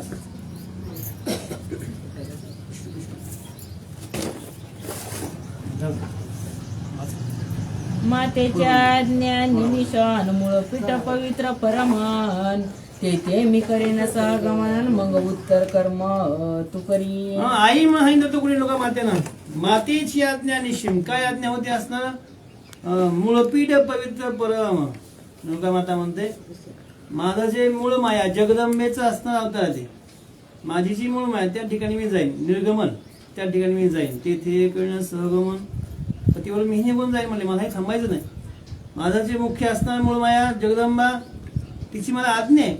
मी त्या मूळमिलाच्या ठिकाणी स्थिर राहीन. तूही एक कार्य कर, मी गेल्यानंतर पण उत्तर कर्म दोघांची उत्तर कर्म तू करावी, अशा प्रकारचा आदेश आईनं दिला आणि परशुराम निघाले म्हणतात. ऐसे बोलताही पाहीन रेणुका प्रवेश जमदाग्नी देहीन तिचे प्रेत उरले नाही ते देहाची विदेही जगदंबा. आईशी बोलताची पाही, अशा प्रकारचं मातेनं सांगितलं.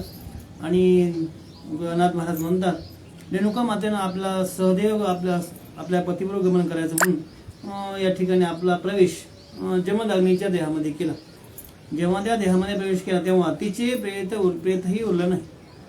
सहदेह असणारा आपल्या ऋषींच्या ठिकाणी त्या लीन झाल्या, आपल्या पतीच्या ठिकाणी, पती हाच परमेश्वर असणार, त्यांच्या देहामध्ये प्रवेश केला. प्रेतही उरलं नाही आणि देहीचे विधी आणि ती जगदंबा माता अवतारी अशा प्रकारचं कार्य होतं. त्या प्रत्येक जगदंबा होत्या, माता होत्या असताना त्यांनी आपलं प्रेथी शिल्लक न ठेवता सदेह असणार ऋषींच्या ठिकाणी त्या विलीन झाल्या. मग काय घडलं? परशुरामाला लाट पिटीन माते मज देहो बेटीन एरी हो दिदली मुळ पिटीन सांगितली गोष्टी करावी. परशुरामानं ज्यावेळेस आईनं आपला देह त्याग केला, शरीरासह आपल्या पतीच्या देहामध्ये प्रवेश केला आणि समोर पाहिलं आईचं प्रेती नाही, आई नाही असणार. परशुरामानं मोठ्या आक्रोश मानला, कपाळावरती असताना मारून घेतलं, ललाट पिटी शोक केला की आई मला भेट द्यावी असताना, मला प्रत्यक्षपणा भेट द्यावी, माझ्याशी बोलावं. अशा प्रकारचं असणारं पुन्हा आक्रोश मांडल्यावरती प्रत्यक्ष मातेनं काय केलं, तिथनंच मूळ रेणुका मातेनं आपल्या मूळ पिठामधून तिथनंच ओ म्हटलं, सांगितलं तू काळजी करू नको. तिला ओ म्हटलं सांगितलं परशुरामा लढू नको, दुःख करू नको, शोक करू नको. तुला जे सांगितलं मी काय सांगितलं ते कर म्हणले आणि तो कर्म कर असणार. तुला जे मी काय सांगितलं, जी आज्ञा केली ती आज्ञाचं पालन कर, शोक करू नको, अशा प्रकारचा आदेश पुन्हा दिला म्हणतात. मग सहस्रा दिशी परशुरामन करुणे दोघांचे उत्तर कर्मन पुढे आरंभीला युद्ध धर्मन परमसंग्राम रायासी. मग परशुरामानं काय केलं असताना सिंहांदी नावाच्या तर पर्वताच्या ठिकाणी दोघांचं उत्तर कार्य केलं. आता जसे आज्ञा दिली होती मातेनं, सिंहांदीच्या ठिकाणी होते परशुरामाने दोघांचंही असणार या ठिकाणी उत्तर क्रिया सर्व कर्म केले, जे कर्म असतात ते उत्तर क्रिया कर्म केलं आणि पुढे आरंभीला युद्ध धर्म, पुन्हा युद्ध धर्म स्वीकारला. का तर आपल्या आईचा आदेश आहे. त्यांनी तशा प्रकारे त्या ऋषी लोकांना, ब्राह्मण लोकांना त्रास दिला, क्षत्रियांना उन्मत्त होऊन अशा प्रकारचं कर्तव्य केलं, क्षत्रियाचा नाश करायचा, युद्धाचा धर्म स्वीकारला.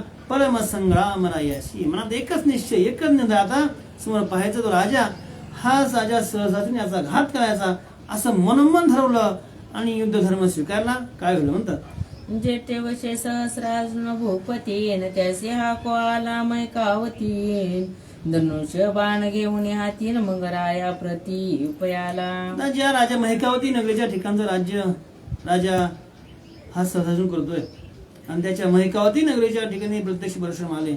नरसिंहान हातामध्ये परशु आहे.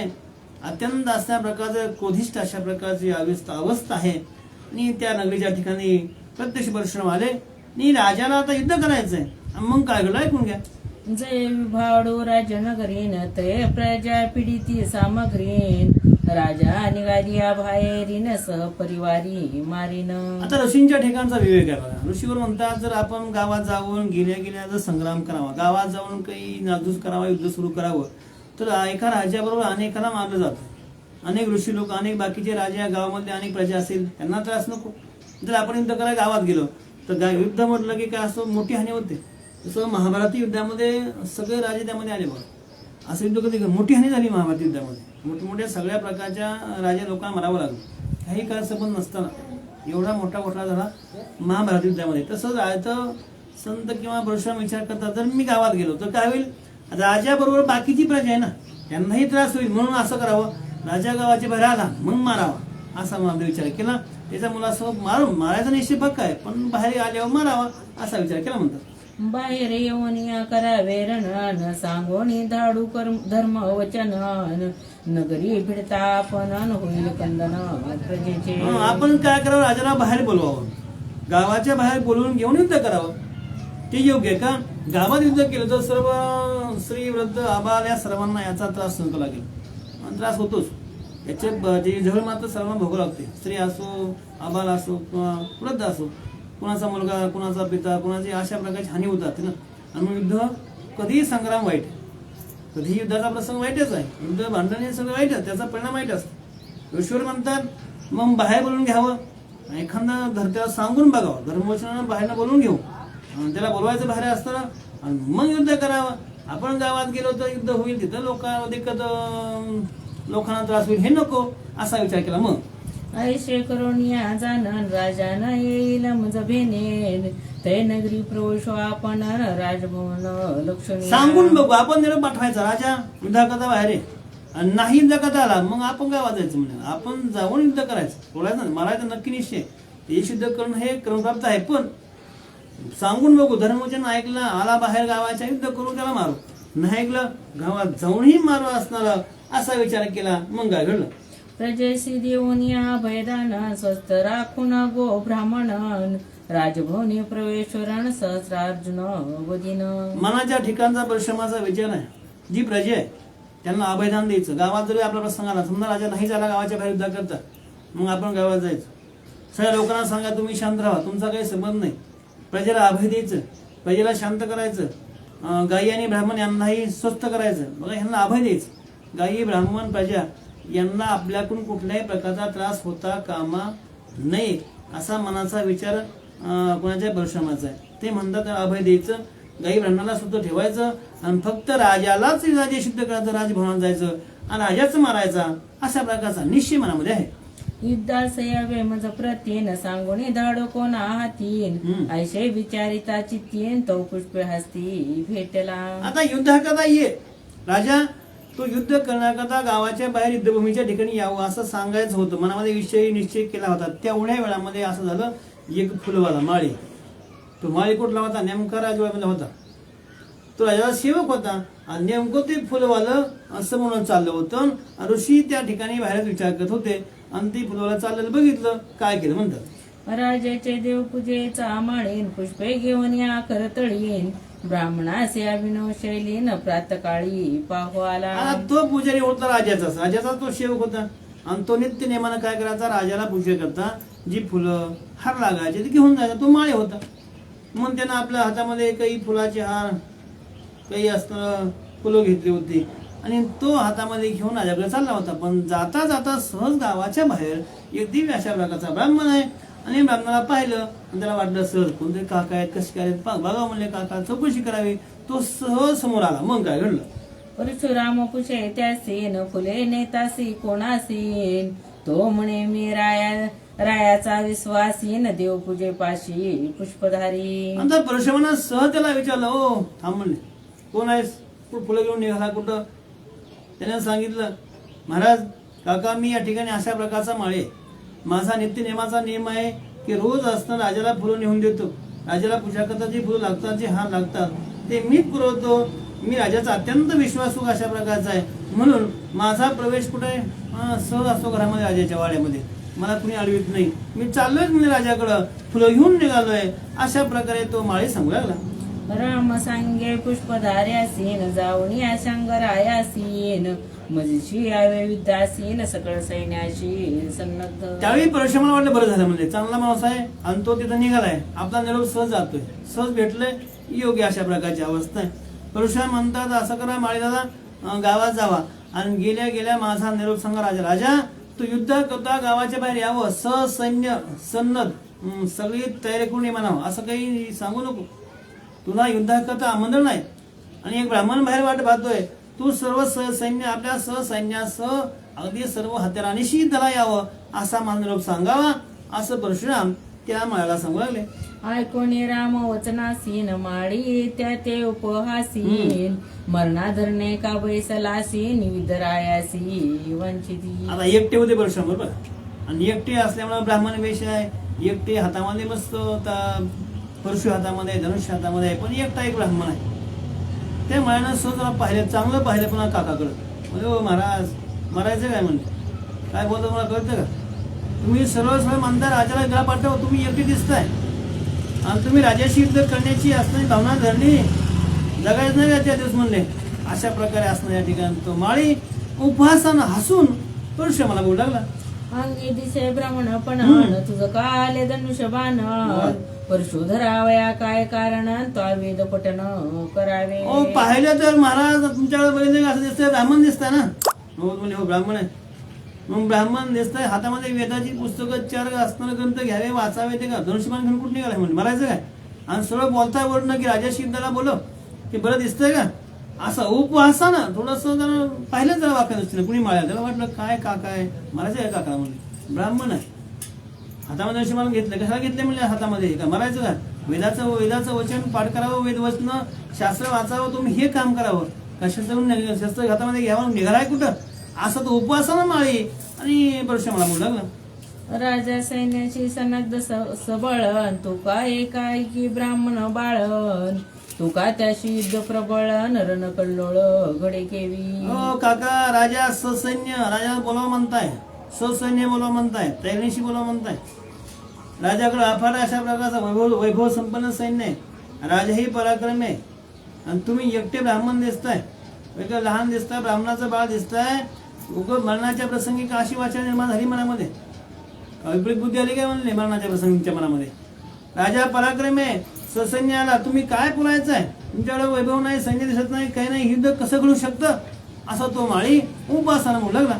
जय जय मार्गस्थ देखतीन ते म्हणती दुज अपघातीन रायाची युद्धा प्राप्तीन कामरणार्थी आतुर जे जे बात एवढं बोलतो एखादं संभाषण सुरू होतं कोण माळी आणि परशुराम दोघांचं संभाषण सुरू असताना अनेक लोक बाकीचे बाहेर काय गावात जाणारे काय येत होते त्यांनी पाहिलं ते झाले गोळा. लोक म्हणले काका बरोबर दिसत नाही म्हणून तुमचे मरायचं काय म्हणले एकटं दिसतंय म्हणतंय राय सिद्ध करायचंय.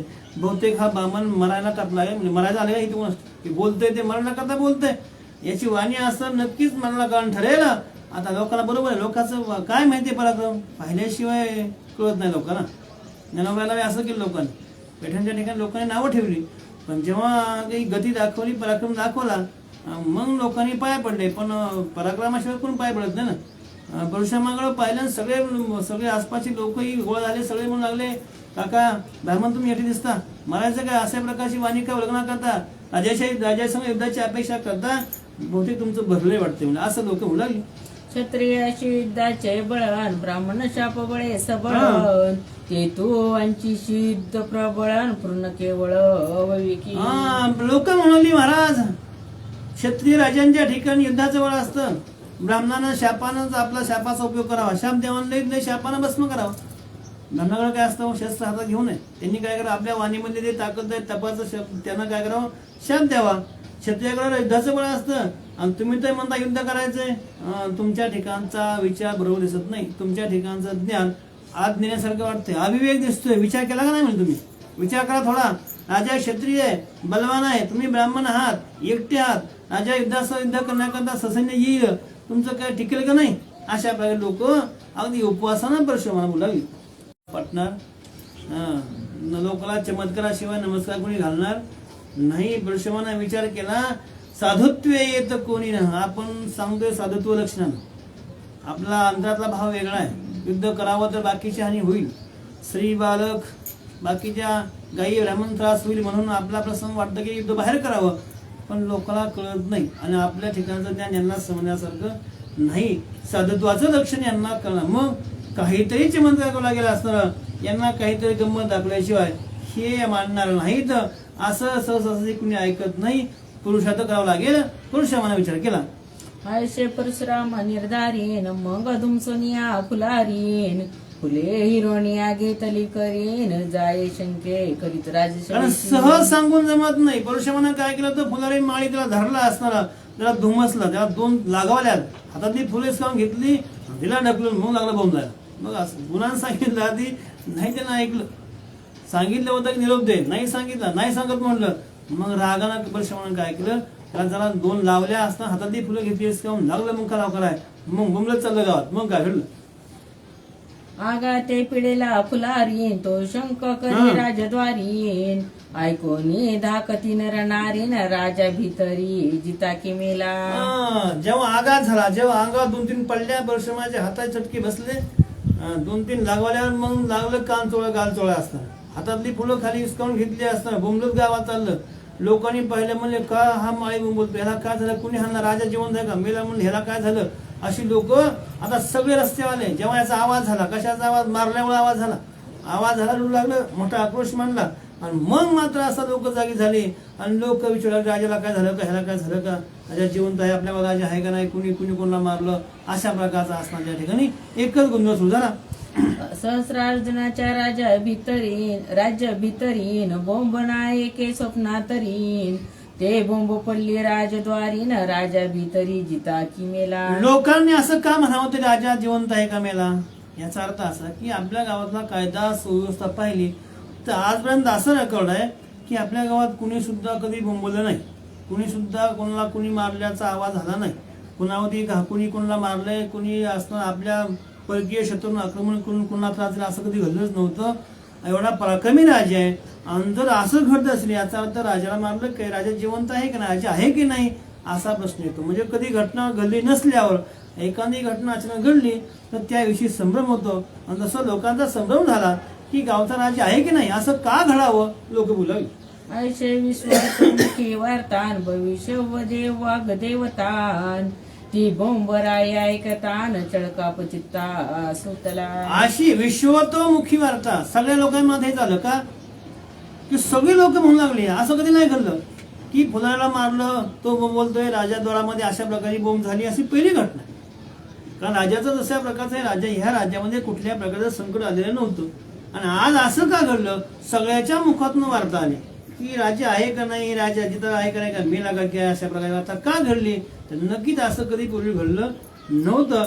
आणि प्रत्येकाच्या मुखात नाही भविष्य राजा जिवंत आहे का नाही, जिता आहे का मेला असं निभावलं म्हणतात. म्या गाईस केला शस्त्रपातन आणि ब्राह्मणा केला घातन पापाचारलो भोवतन जय निश्चित मजनये. सगळ्याच्या मुखातून वार्ता होती राजा जिवंत आहे का मेलाय. भविष्य होऊ लागलं, भविष्य जे घडणार ते चुकत नाही.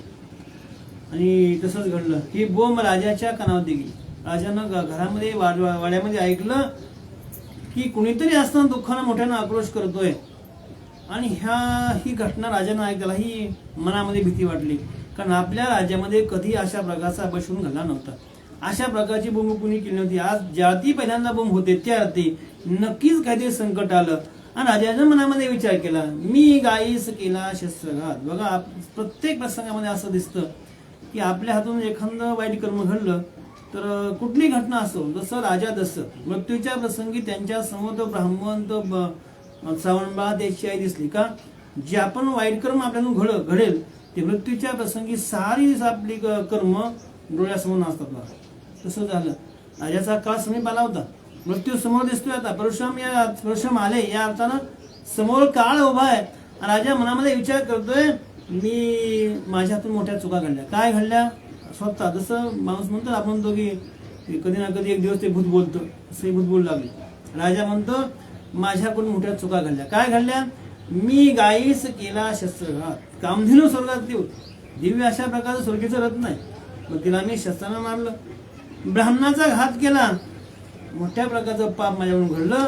आता जरी मी धडा केलो, काही जरी प्रसंगी धडा आला, आता मला विजय प्राप्त होणार नाही. बघा भविष्य आपल्याला कळतं, आपण काय केलं ते आपल्याला कळलं आणि तरी विषय झाला, पण आपण समजून घेत नाही. राजा म्हणतो नक्कीच असं होणार आहे की मला आता विजय नाही का, माझ्या हातनं मोठी पाप घडली. काय घडली, एक तर स्वर्गाची असणारी ती कामधेनू तिच्यावरही शस्त्र उचललं, एका महान ऋषींचा मी घात केलाय, आता मला कधीही विजय प्राप्त होणार नाही, असा राजा राजवाड्यामध्ये विचार करू लागला. फुलरियासी पुषे प्रधानन तुझे बोंबे शिकाय कारण तो म्हणे एकालासे ब्राह्मण धनुष्यबाण परुषुषी. आता त्यावेळी तो माळी फुलारी मोठ्यानं आक्रोश करायचा, ओरडायचा. त्याचा आवाज ऐकला आणि प्रधान धावत आला. ए म्हणले माळी दादा, तुला काय झालं, म्हणले का ओरडतोय, तू एवढी बोंब का मारली, एवढा आक्रोश का मानला. तेव्हा तो फुलारी सांगू लागला, प्रधाना आपल्या गावाच्या बाहेर असणाऱ्या वेशीच्या ठिकाणी माझी बोंबेचं मी ओरडतो का, एक ब्राह्मण आलाय म्हणले, हातामध्ये धनुष्य आहे, हातामध्ये परशु असणार परशु आहे, नासा परशुधारी अशा प्रकारचा एक ब्राह्मण बाहेर थांबला, ऐकून घ्या म्हणतात. तो रायासी समदळीन नकारे पाये बळीन तो म्हणे सांगराया जवळी त्याची वचनावळी शेतीली म्या. ऐका मी का ओरडतोय, माझ्या बोलण्याचं कारण काय? तो फुलारी सांगू लागला, मी रस्त्यानं गावात येत होतो, मला समोर एक दिव्य अशा प्रकारचा ब्राह्मण भेटला. त्यानं मला सांगितलं की जा हे सांग राजाला धाकता बाहेर आहे. पण मी त्याचं वचन ऐकलं नाही. आणि न ऐकल्यामुळे काय घडलं ऐकून घ्या म्हणतात. रायासी ब्राह्मणाशी दन बोलिले तुझे हाती अबद्धन तेने म्या ब्राह्मणासी आला क्रोधन मज सुबुद्ध घुमसिले मी सहज म्हणले ते म्हणलं की सांग जाऊन राजाला युद्धाकरता बोलले म्हणून युद्धाला बाहेर आहे म्हणावं. पण मला खोटं वाटलं, एकटा ब्राह्मण आहे, युद्ध कसा करू शकतो. मी थोडस त्याची जास्त काही मजा केली. म्हणले काय काका तुम्ही एकटं काय मरायचं काय, हा राजा आहे आमचा, तुम्ही मरा इथं आले का, असं मी थोडस त्याच्याशी बोलल्यामुळं माझं बोलणं अबद्ध झालं. आणि माझं बोलणं अबद्ध ऐकून त्या ऋषीला ब्राह्मणा राग आला आणि त्याने मला मारलं म्हणले. आणि त्यानं मारल्यामुळे मी म्हणून असा शोक करतोय, म्हणून मी बोलतोय, असा तो फुलारी सांगू लागला. फुले हिरतली एके करीन दुजेनी हानितले मुखावरीन तेने मजे आले जीवावरीन या लागे मी करी महाशब्द. एवढंच नाही म्हणले, मला असं मार दिलाय. तो फुलारी सांगतोय, फुले सांग घेतली, दुसऱ्या हातानं काय केलं असताना तोंडावर मारल्या म्हणजे 2-4. मी जर आधी ऐकलं असतं तर बरं झालं असतं, म्हणजे ऐकलं नाही. मग राग आला भांडणाला. फुले सांग घेतली, तोंडावर मारलं असतं, त्यानं मला जोर आले म्हणजे इतकं मारलं की त्या माराचा आघात मी सहन करू शकत नाही. म्हणून मी मोठ्यानं मुंबळत आलो, मोठा शोक का केला. याचं कारण असं आहे, त्या ब्राह्मणाने मला मारलं असा तो फुलारी सांगू लागला. प्रधाने बोलाविला सेनानीन ब्राह्मणा नावाधरोनीन तेने स्थानपती पाचारोनीन म्हणे ब्राह्मण बांधोनी आणावा. आता प्रधानानं सगळं ऐकून घेतलं, लगेच आदेश केला कुणाला, सेनापतीला. सेनापती प्लानामध्ये बोलून सेनापतीला जा म्हणावं त्याला, आणि सर्व आपले सैनिक घेऊन काही सेवक घ्या आणि तो ब्राह्मण कुठं ईश्वर बाहेर थांबलेला आहे त्याला धरून बांधून घेऊन या, असा प्रधान सेनानीला आज्ञा करू लागला. नगर नागरिक लोकन तेले आले स्वाभाविकन ते बहुत तो एकला एक निध कौतुक पाहू आता सेनानीला काही सैन्य घेतलं आणि तो आता प्रधानाची आज्ञा घेऊन सेनानी गावाच्या बाहेर निघाला. कशा करता ब्राह्मण धरायचंय. मग आता गावात लोक बरेच जागे झाले, हा एकटा एक ब्राह्मण आहे, राजाचं सैन्य बाहेर आलेलं आहे. आता सैनिक अनेक प्रकारचा, एकटा हा ब्राह्मण युद्ध कसं होतंय काय होतंय पाहण्याकरता लोकांनी कधी पहायला भांडणं म्हणण्या लोकांना काही सांगावं लागत नाही, किती गर्दी. असं कधी द्यावं लागत नाही पत्र की इथं भांडण आहे लवकर कोणी गोळा व्हा, सांगावं लागत नाही, आपण गोळा होतात. तसे सगळे गोळा झाले, सगळी लोक पाहू लागले आता काय घडतं. एकच ब्राह्मण एकटा आहे, अनेक राजे सेवक आले, काय घडलं म्हणतात. बाहेर निघाला ठाणा तरीन पुढे पायकाच्या हरीन एक गर्जिती आकारेन शास्त्रे करी झळकती. आता तो ठाण्या मंदार तो सेनापती असा सेनाने सर्व सैन्य घेतलं. पुढं अनेक सैन्याचा आवाज होऊ लागला. पुढं पायदळ सैन्य होतं, मग हारी म्हटलंय, सैन्याची हारीची हारी म्हणजे काही मोजमाप नाही. असंख्य सर्व सैन्य पुढे चालतंय. पाठीमागला ठाणेदार असणारा तोही निघालेला आहे. एक हाहाकार होऊ लागला. हातामध्ये शस्त्र, सर्वांच्या अगदी तलवारी नंग्या घेतल्या आहेत आणि सगळे असणार राजवाड्याच्या बाहेर असणार तो ब्राह्मण धरण्याकरता निघाले म्हणतात.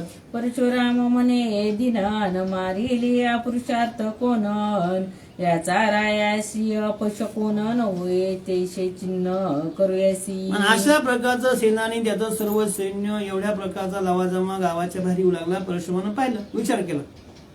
बघा विवेक असतो समजाकडं, संत देते विवेक असणे की असतोच, सांगावं लागत नाही. परशुरामानं विचार केला, जर हे आता सैनिक आले, सेनानी कुठं 10-5 सैनिक आले, यांना मारलं, पराक्रम नाही मोठा म्हणलं, यांना म्हणण्यात काय मजा. मग काय करावं, अपशकून होईल अशा प्रकारचं काहीतरी करू, म्हणजे राजाला अपशकून व्हावा असं काहीतरी करायचं म्हणले. काय केलं सांगू द्या का. आयसे म्हणून या सोडीला बाणन अवघीची या छेदे शस्त्रे छेदून सगळेची नाक कान सरकटून बाण परतोनी भातारे गे. एवढा संकल्प केला. बघा संकल्प आहे. एकच बाण सोडला नाथ महाराज म्हणतात. आईशे म्हणून सोडला, एकच बाण सोडला. अवघ्यांची हातातल्या सगळ्याच्या हातातली शस्त्र छेदून घेतली. एकाच बाणाचा पराक्रम सगळ्याच्या हातातल्या तलवारी शस्त्र तोडून घेतली. आणि त्या बाणानं एक काम केलं, सगळ्याची शस्त्र तोडली पण सगळ्याचे कान नाक सरसकट जे दलाल त्यांचे कानही कापले, नाकही कापले आणि बाण परतून माघारी भात्यामध्ये आला. कोणाच्या परशुरामाचे. एकाच बाण हे कार्य केलं. जेवढे आलते तेवढ्याचे नाक आणि कान ठेवले सगळे अशा अवस्था केली. मग काय घडलं? कोणाचा व्याही जावाईन, कोणाचा भेटो आला भाईन, कौतुक पाहता ते येईन, नाका कानास पायी मुकले. आता त्यावेळी काय होतं, मला ते सैनिक आलतं आणि सैनिकासंग बघणारे लोक आलते. बघा, बघणारा जाणं का चांगलं का बघा, आता काय म्हणतात. आता सैनिकाचंही नाक कान केलं, पण जे बघायला आलते त्यांची तीच अवस्था आहे. आता त्यामध्ये कोण कोण होते, कोणाचा पाहुणा मेवणा. आता कुणाचा पाहुणा आला घरी असणार, कोणाचा मेवणा आलता, कुणाचा जावई घरी आलता, दिवाळी होती म्हणून जावई कुणाच्या घरी आले होते असणार. पण त्यांचं हे नाकन कान गेलं कशामुळं, बघायला गेल्यामुळं. पाहुणे घेऊन आलते घरी, ह्याच्या ना घरात पाहुणे तरी, पण पाहुणे बघायला असते आले आणि त्यांनी बघितल्यामुळे काय घडलं, त्यांचंही कान नाक गेलं. आणि मला सांगतात, कोणाचा पाहुणा मेहुणा न जावाई आणला दिवाळ सणान, तेथे मुकले नाका कानान दाविता वदना सलज. आता मग तोंड दावा जागा राहिली हे रस्त्यावर आल्यामुळे पाहायला. कुणाचा पाहुणा मेवणा बघ, सगळे लोक कोण भेटू आणता, कोण भाऊ आणता, कोणाचा व्याही, कोणाचा येवाई, कोणाचा जावाई, सगळे सगळ्याच्या नाक कानाला मुकले गेले.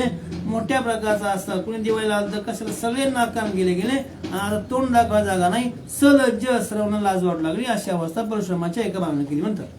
शंक करती आक्रंदनी, नाक कान गेले दोन्ही, पेपे करिता निगे दोन्ही, ते विटंबली युद्धाची हे विटंबनी. हे असताना पश्य कोण आहे ना, मला सांगतात. शंक करती आक्रंदोणी. आता मोठ्याने बोलू लागले, कुणाचं नाक गेलं, कुणाचं कान गेलं, कुणी काही नसताना त्यामध्ये गेले. सैनिक त्याचे गेले असताना मोठ्यानं आक्रोश शंक बोलू लागले. नाकान दोन्ही गेल्यामुळं फेफे, आता नाकात काही नाक कापल्यामुळे आवाज निघा ना, मग फेफे अशा प्रकारचा आवाज निघाला ना, बोलताही येणं असताना विटंबना झाली. सगळ्याची युद्धाच्या ठिकाणी विटंबना झाली. असं सर्वांची विटंबना केली कोणी, परशुरामानं. मग काय घडलं, सन्मुख गायी गेली प्राण, ते वीराची उत्तम मरण, परी जिता गेलिया नाक कानन, तेच उग्र मरण जनज्ञ. बघा शास्त्र मर्यादा काय म्हणते. युद्धाच्या ठिकाणी एखादा वीर मेला, वीरश्री होते, युद्धामध्ये मरण्यानं त्याला काय होतं, स्वर्ग प्राप्त होतं. युद्धाच्या ठिकाणी मरण अत्यंत चांगलं आहे, वीरश्रीचं मरण चांगलं आहे, उत्तम आहे, ते मरण चांगलं आहे. पण जिवंतपणे नाकन कान कापून जाणं हे म्हणजे 4 वाऱ्या मारण्यासारखं आहे. एकदा ते मरते युद्धाच्या ठिकाणी. वीरश्री करणारा पराक्रमी योद्धा युद्धात जर मेला, त्याला स्वर्ग प्राप्ती होते. इतकी वीरश्री त्याला काय होते, प्रधान होते. पण युद्ध न करता आपणच बघा गेल्यामुळं नाकान गेलं, युद्ध बी नाही केलं, काहीच नाही केलं, पाहायला गेले, नाकान गेलं. हे चौपट मरणापेक्षा वाईट आहे असं सगळं म्हणतात. वीर विटंबिले अनेक, नगरा माझे पडती हाकन, कोपुले राजपुत्र विटकन, सनग्ध कटक ती केली. आता अनेक प्रकारे अशा वीरांची, अशा सैन्याची विटंबना झाली. अनेकाचे नाकान गेले, अनेक पाहुणे रावळे कुणाचे बाग पाहायला गेले, यांची अशी अवस्था घडली. राजाच्या ठिकाणी एकच हाहाकार झाला, अनेकाचे नाकान तुटले गेले, वीरांची विटंबना झाली. आणि ही गोष्ट असताना या ठिकाणी राजपुत्राला कळली. राजपुत्राला वाटलं चला आपण जाऊ म्हणले. का, आपल्या दरबारामध्ये कुणी एक असणारा ब्राह्मण आलाय आणि त्या ब्राह्मणानं आपल्या सैनिकाची अशी अवस्था केली. राजपुत्र अत्यंत रागाला गेले, कोपले असताना आणि युद्धा कथा बाहेर आले म्हणतात. 60 प्रयुक्ते कुंजरण, कोट्यान कोटी रहवरण, अमित चालेल्या शिवारण, पायाचे मोगर गरजती. 60 प्रयुक्ते म्हणजे त्यांच्या बरोबर 6 कोटी हत्ते होते. 60 प्रयुक्ते कुंजर, 6 कोटी हत्ते, कोट्यान कोटी रथ असणारे, अमाप घोडेसर असणार, असे अनेक प्रकारचं सैन्य घेतलं कुणी राजपुत्रानं. आणि राजा सहसर्वाची मुलं युद्धा करता कोणावर युद्ध करायचंय, परशुरामाशी. बाहेर एकटा एक परशुराम आहे, एकट्या परशुरामाशी युद्ध करण्याकरता एवढ्या प्रकारचं सैन्य घेतलं आणि सारे राजपुत्र युद्धा करता बाहेर आले म्हणतात. सेनामुखे सेनासीन, राजपुत्र माध्यमासीन, दक्षिणे राज मुकुटमानीन, चंड प्रचंड दोन्ही वामभागी. सेनामुखी सेनानी, सेनापती असणारे, मुख्य असणारे, त्यामध्ये राजपुत्र मध्यमानी, तेही राजपुत्र असणारे पराक्रमी होते. आणि दक्षिण राजे त्यांच्या ठिकाणचे असणारा राजपुत्र चालू लागले. उजवीकडं श्रेष्ठ श्रेष्ठ असे मांडलिक राजे असणारा, डावीकडनं चंड प्रचंड असा 2 महावीर असणारा, हे सगळी सेना तयार केली. एवढ्या प्रकारचा सैन्याचा संभार घेतला आणि हे राजपुत्र एकट्या परशुरामा सिद्ध करायचंय म्हणून बाहेर निघाले. वेगी निघाला सहस्रार्जुनन, कुमाराणी प्रधानन, तीराविला प्रार्थून ब्राह्मण बांधून आणू आम्ही. आता या युद्धाच्या प्रसंगी राजा निघाला होता बरं का. राजाला वाटलं आपण युद्धाला जाऊ, पण बाकीची पोरं, हे प्रधान मंडळी, या सर्वांनी सांगितलं महाराज तुम्ही यायची गरज नाही, आम्ही आहे ना, जोपर्यंत आम्ही आहोत तुम्हाला यायची गरज नाही, तुम्ही थांबा, आम्ही जातो. प्रधान मंडळीचं आपल्या मुलांचं ऐकलं. राजा काही काळ पाठीमागं थांबला. आम्ही जातो, एक ब्राह्मण आहे, आता बांधून आणतो, असं ती पोरं आणि राजा बाकीचे प्रधान लोक सांगू लागली. आम्ही असता इतके जण एकला एक ब्राह्मण तयावरील गावे आपण हे समरांगण नव्हे राया. बाकीचे प्रधान लोक म्हणा, राजा आम्ही एवढे सैनिक आहे, तुमची एवढी आम्ही मुलं, एवढ्या प्रकारचा सैन्य समोर आम्हाला काय कशाला पोचले म्हणले. एवढे आम्ही असताना तुम्ही त्याला यायचं अजिबात शोभा देत नाही. एकदा नव्हेच, आम्ही जाऊ, एकटा ब्राह्मण आहे, तो एकटा आहे, समोर आम्ही जाऊन त्याला बांधून आणतो, तुम्ही येऊच नका असे बोलू लागले. या परिमंत्री आणि कुमारीन राजा राहावून या नगरीन आपण येऊन यादळ भारीन नगराबाहेरी निघाले. अशा प्रकारे काही मंत्री प्रधान मंडळी राजपुत्र या सर्वांनी सांगितलं, राजाला राहवत केलं, तुम्ही येऊ नका, आम्ही जातो. सर्वांनी तयारी बांधली. मंत्री लोक राजकुमार असताना सर्व सैन्य घेतलं, सर्व हत्ती रथ घोडे घेतले, सर्व दळहाळ घेतला आणि गावाच्या बाहेर हे ससैन्य येऊ लागले. म्हणतात पुढे भेटले निर्नासिकन ते अपशकुन अत्यंतिकन मुख्य रायासीच घातकन आवश्यक शास्त्रार्थू. शास्त्राच्या अर्थानं, शास्त्राच्या मताप्रमाणे महाराज म्हणतात, पुढे भेटले निर्नाशिक जमवाय राजपुत्र प्रधान मंडळी काही सर्व सैन्य घेतलं, बाहेर निघाले. गावाच्या बाहेर पहिले कोण भेटले, हे नाक कान कापलेले भेटले. जे मगाशी गेलते ना, काही पाहायला गेलते, पहिले सैन्य गेले होते, पहिले काही सेनानी काही सेवक गेले होते, त्यांची नाकन कान कापले होते आणि ते सगळे नकटे दिसले पहिल्यांदा. हे राजपुत्राला बाहेर केलं की हे पहिले दिसले, अभ्यास कोण घालला, मग काय घडलं. जळो तुमचे निंद्य मुखन मूर्ती कालेची सन्मुखन अवघे निर्भय स्थित लोकन ते अति दुःख गायाळ. आता पहिलेच नाकान कापले. आतनं राजपुत्र ते सेवक लोक प्रधान मंडळी आली आणि त्यांनी समोर पाहिलं, ह्यांचे नाकान कान कापले. ती म्हणले, काल आमच्याकडून नकट्या म्हणले, तुम्ही तोंड तुमचं जवळ तिकडे म्हणले, काल आपण आमच्या आधीच अपशकुन तुम्ही का केला. आता ह्यांचं पहिलेच नाकान गेले आणि पुन्हा बोलणं शब्द असे, त्यांना असे दुःख वाटलं आणि अशीच अवस्था होते. मग गायाळ बोलते आपण ब्राह्मण कोणाचा नाही घे प्राण तुम्ही वाचवाल नाका कानन ते दादुले पण जाणवेल. यावेळी जे घाल ना, घाल ज्यांचे नाकान कापले होते ते म्हणले, बर तुम्ही चालला, आम्हाला लय म्हणता की अपशकुन आहे, तुम्ही नकटे आहात, तुम्ही तोंड का दाखवलं, अपशकुन घालला. म्हणले बामन लय हुशार आहे, बामन कुणाचाही असा प्राण घेत नाही, जीव मारित नाही, नुसतं नाकन कानच कापते. तुम्ही चालला ना, तुम्ही ते तुमचं सांभाळा म्हणले, आमचं जाऊन द्या, आमचं झालंय झालं, आमचे नाकान केली वाद नाही, पण तुम्ही तुमचं सांभाळ माघारी या, मग बरं वाटत. असे ते गाय लोक बोलू लागले. प्रधान बोलेला आपण परतो नये अपशकुन शकून अभिनेन परतेन हा थोर अपशकुन अति निंद्य जगा माझी. आता प्रधान लोक राजे राजपुत्र म्हणले, काय करावं. हे पहिले आपले नाशिक नव्हते भेटले, आपल्याला अपशकुन घालला. प्रधानानं सांगितलं, आपण अपशकुनाला फिरून माघारी जायचं नाही, महागारी फिरणं हाच अपशकुन असतो. आपण चाललो युद्धाला, अजिबात माघारी जायचं नाही असे प्रधान बोलू लागले. आणि जगात निंदा होईल ना, जर आपण माघारी फिरलो सगळं जग नाव ठेवेल, अजिबात माघारी फिरायचं नाही. प्रधान मंडळी अशा प्रकारचं आविष्यान बोलू लागली आणि आविष्यानं प्रधान मंडळी राजकुमार असणारे सगळे युद्ध कथा बाहेर निघाले. म्हणतात युद्ध करिता परस्परीने एक जाये एका हरी हे न चुके भल त्या परीन अपशकुनाची थोरी मूर्खाप्रती. विचार आहे. प्रधान म्हणतात युद्धाचा प्रसंग आहे, युद्धामध्ये एक जण जिंकणारा एक जण हारणारा वादच नाही, एक हरी एक असणारा आणि जे पावतो. युद्धाचा प्रसंग असा युद्धामध्ये नक्की हेच आहे, एक जण जिंकतो, कोणते हरतं कोणते जिंकतो. पण अपशकुन म्हणून जर माघारी फिरलो हे लक्षण मूर्खाचं आहे. अपशकुन म्हणायचं माघारी जायचं, परत माघारी पण हे अपशकुनच आहे. अजिबात जायचं नाही. युद्धामध्ये काही होईल ते होईल, जिंकू किंवा मरू. एक जण जिंकणारा एक जण पराभव पावणार आहे, अजिबात माघारी फिरायचं नाही अशी प्रधान मंडळी बोलू लागली. अंगी नाही अंग पडान त्यासी काय जय देईल शकुन हे मानते ते मूर्ख पूर्ण सुराचे लक्षण ऐशन हे. ते प्रधान म्हणतात शुराचं लक्षण कसं आहे. युद्धाच्या प्रसंगी जात असताना काही प्रसंग आला, अपशकुन घडो अपशकुन घडो, आपण युद्धाला समोर जाणं हे शुराचं लक्षण आहे. अंगात ताकद नाही, उगल शकून घालला अपशकुन घालला असं म्हणून ताकदच नाही आणि उगल मनात शकून घाला त्याला अंगात काही नाही, ते काळी पैलवान आहे. मग शकून घालले पुढे चांगल्या प्रकारे मुंगूस पूर्ण गेलं, शकून घालला पण ताकदच नाही, ते लावली कोणती पडेल असणार, मग काय विजय होणार नाही. म्हणून अपशकुन शकून न मानता असताना हे मूर्खमान लक्षण आहे. युद्ध करणं हे सुराचं लक्षण आहे असं प्रधान बोलू लागले. देवासे शकुनाचे ठाईन तो काय अपशकुनी नाही. शकुन अपशकुनाचे काईन निगडे पायीन माणी. हा परमात्मा शकुनाच्या ठिकाणी आणि अपशकुनाच्या ठिकाणी देव नाही का? सर्वत्र परमात्मा विठ्ठल ज्वेळी चोळी भरला येता ठाव नाही बोलला. प्रधान म्हणतात परमात्मा सगळ्याच्या ठिकाणी, शकुनाच्या ठिकाणी अपशकुनाच्या ठिकाणी, दोन्ही ठिकाणी परमात्मा आहे. म्हणून असं शकुन आणि अपशकुन याचं काहीच नाही म्हणले.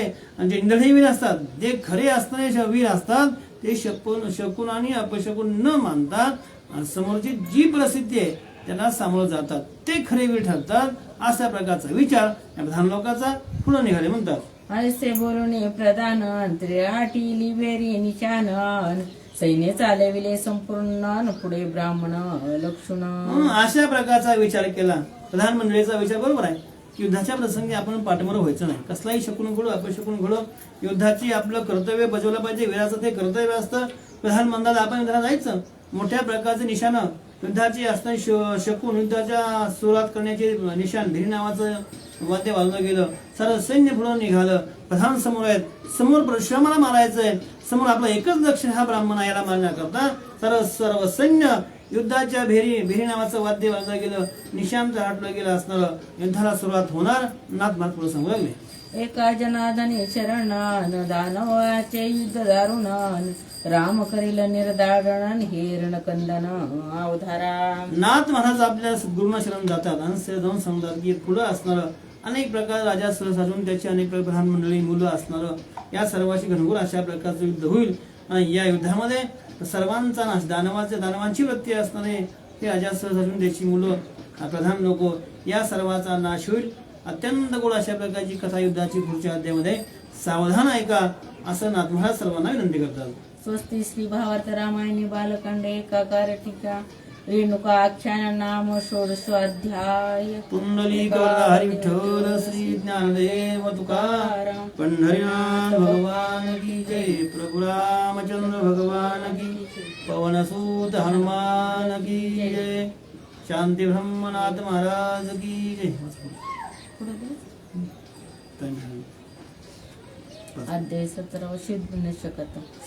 श्री सद्गुरु रामचंद्राय नमः. परशुराम पाये सैन्य निर्वादक सेना प्रधाना निधान राजाना याला आपण राजपुत्र पूर्ण देखिले. भगवान प्रभू रामाला वंदन करून 17व्या अध्यायाला सुरुवात होत आहे. परशुरामानं युद्धाच्या ठिकाणी समुद्र सैन्य पाहिलं. त्यामध्ये प्रधान मंडळी राजपुत्र आहेत, सेना संभार आहे, पण राजा नाही. विचार केला परशुरामानं आपण युद्धाला आलोय कशा करता? हा खरं आपलं युद्ध राजाशी आहे, पण तो अजून आला नाही, त्याला काय दिसला नाही. राजपुत्र पाहिले, मनामध्ये काय विचार केला? सावध आहे का? रायाचे राजपुत्र राजाचे राजसुतन शोधून मारावे समस्तन. हे मातेची आज्ञा समर्थन तो मी कार्यार्थ साधीन. सगळे राजपुत्र पाहिले, प्रधान सेना पाहिली. परशुरामाने मनात विचार केला आपल्या आईची आज्ञा अशीच आहे. काय आज्ञा मातेची? राजपुत्र आणि राजा सर्वांना शोधून मार, कुणी शिल्लक ठेवू नको. राजाची मुलं आलेत म्हणले, मग आपल्या आईची आज्ञा हुडकून मार. मग हुडकून मारायची गरज का? समोर आलेत ना. आता काय करायचंय? हुडकायची समोर आलेत ना, मग आपल्या आईच्या आज्ञेप्रमाणे आता आपण कार्य करावं. परशुरामाने निश्चय केला म्हणतात. केला त्र्यंबकाचा तनत्कार नांदे मृचित आले सुरण.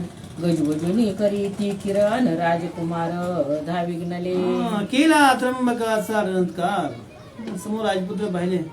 परशुरामाने विचार केला, हे मोठा शेर त्र्यंबक नाव दोन शोध हातामध्ये, त्याची दोरी ओढली, रणत्कार केला. दोरी ओढून सोडल्याबरोबर नाथ महाराज सांगतात, दहाके लगेच नुसता आवाज केल्याबरोबर त्या आवाजानं देवता लोकांना मशन आली. स्वर्गातल्या देवाच्या ठिकाणी हडबड झाली, गजबजवणी. त्यांना कळा उठला, काय घडलं म्हणले पृथ्वीच्या ठिकाणी एवढा आवाज का झाला? राजकुमाराची ही अवस्था तशी झाली. तेही घाबरले, देवता घाबरले, बाकीचे काय करताय? हे राजकुमारही घाबरले. मग काय घडलं? धाकेदचा कला प्रधान उभा ठेला दौर्य धरून. सैन्य उभ्या उभ्या सांडिती प्राण नटनत कार्य पूर्ण नभ कोण दिले. धाकी दचकला, जेव्हा असा आवाज झाला, दोरी ओढली गेली, सोडल्याबरोबर धनुष्याचा जो आवाज झाला, त्या आवाजामुळं प्रधान मंडळी त्यालाही गचका भरला.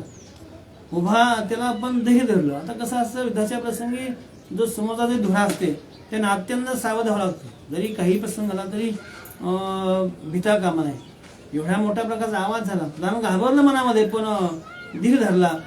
सैन्य काही सैनिकांना उभ्याच प्राण सोडला, काही घाबरून मेले. आणि नुसतं आकाशाच्या ठिकाणी हा आवाज झाला, संपूर्ण आकाशच्या आवाजानं कोणलं गेलं असा आवाज त्या परशुरामाच्या दृष्टिमानाचा झाला म्हणतात. बाण सोडिला सिंह मुकन जे तेने गज मारिले निशेषण रथाचे छेदिले आकन वाजीची मस्तके फोडिली. आता या ठिकाणी परशुरामानं एकच दिव्य अशा प्रकारचा बाण करला, बाण सोडला, सिंहमुख नावाचा बाण सोडला. आणि त्या सिंहमुख नावाच्या बाणानं अनेक प्रकारचे निषेध जे हत्ती होते जेवढे तेवढ्या सगळ्या हत्तीचा नाश केला. रथाचं असताना सगळे आख, सगळे रथ तोडले गेले, हत्ती मारले गेले असताना, आणि अनेक घोड्यांची असताना, वाजी म्हणजे घोडे, त्यांची मस्तक उडवली. अशा प्रकारचा पराक्रम परशुरामानं केला. बाण पिसारा सुटला वारान कोटी कोटी रहवरान उडणी गेले आंबरान वरिल्या विरावर तू आवर तू बाण पिसारा. बाणाचा अशा प्रकारचा पिसारा, बाणाच्या वेगानं तो ज्याला असा वारा लागला बाणाचा, नुसत्या वाऱ्यानं काय घडलं असताना कोटी कोटी अनेक प्रकारचे कोट्यानं वर असे रहवर म्हणजे ते रथ असताना आकाशामध्ये उंच उडले. नुसत्या बाणाच्या वाऱ्याच्या घामानं, नुसता वारा लागला बाणाचा, ते अनेक कोटी रथ वरती उडाले असताना, आणि त्या रथावर बसलेले जे काही सारथी होते, जे रथी होते, त्यांना मात्र गिरीचक्कर आली.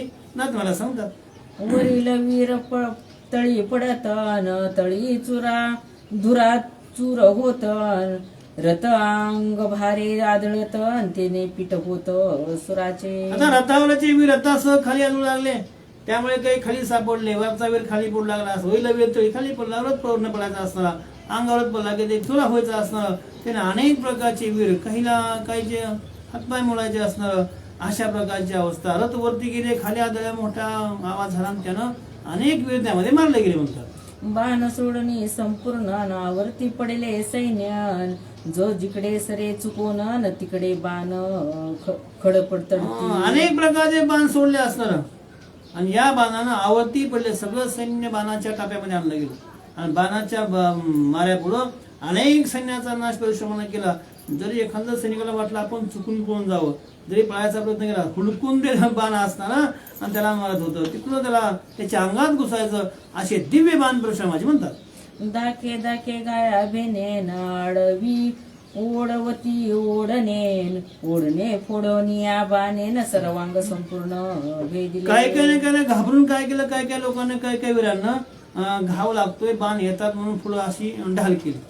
पण नाथ मला सांगतात, ढालाची जरी ढाल केली आडवी, त्या ढालीमध्ये बाण घुसायचा आणि ढालीमधनं अंगात घुसायचा. म्हणजे बाण काही थांबत, ढालीलाही थांबला नाही. त्याने जे ओढून पुढं केलं तरी सुद्धा ते फोडून अंगामध्ये बाण घुसू लागले. अशा प्रकारचा पराक्रम परशुरामाचा म्हणतात.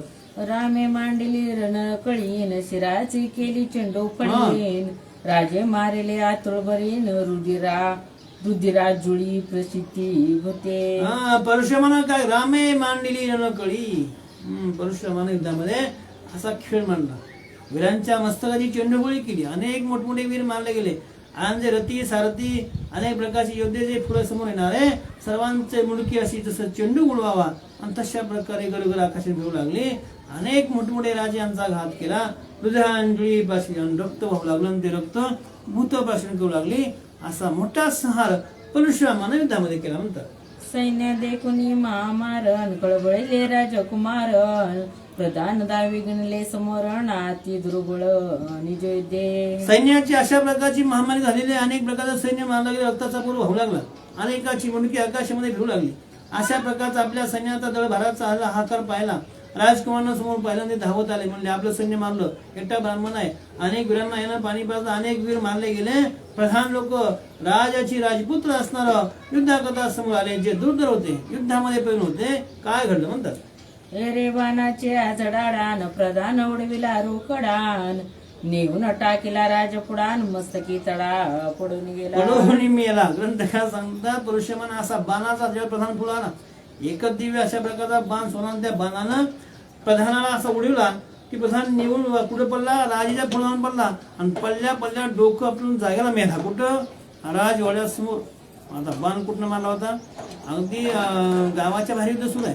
तिथनं उडाला प्रधान असताना आणि त्याचं प्रधान उडून त्या द्वारामध्ये पडला आणि तिथं मेला. हे राजानं पाहिलं. मग काय घडलं?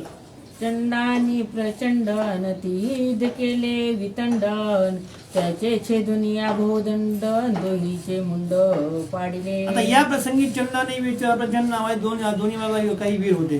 ते वीरांनी काय केलं? मोठ्या प्रकारचं युद्ध परशुरामाशी मानलं. तेही पराक्रमी होते. काही वेळ युद्ध लागव करून दाखवलं.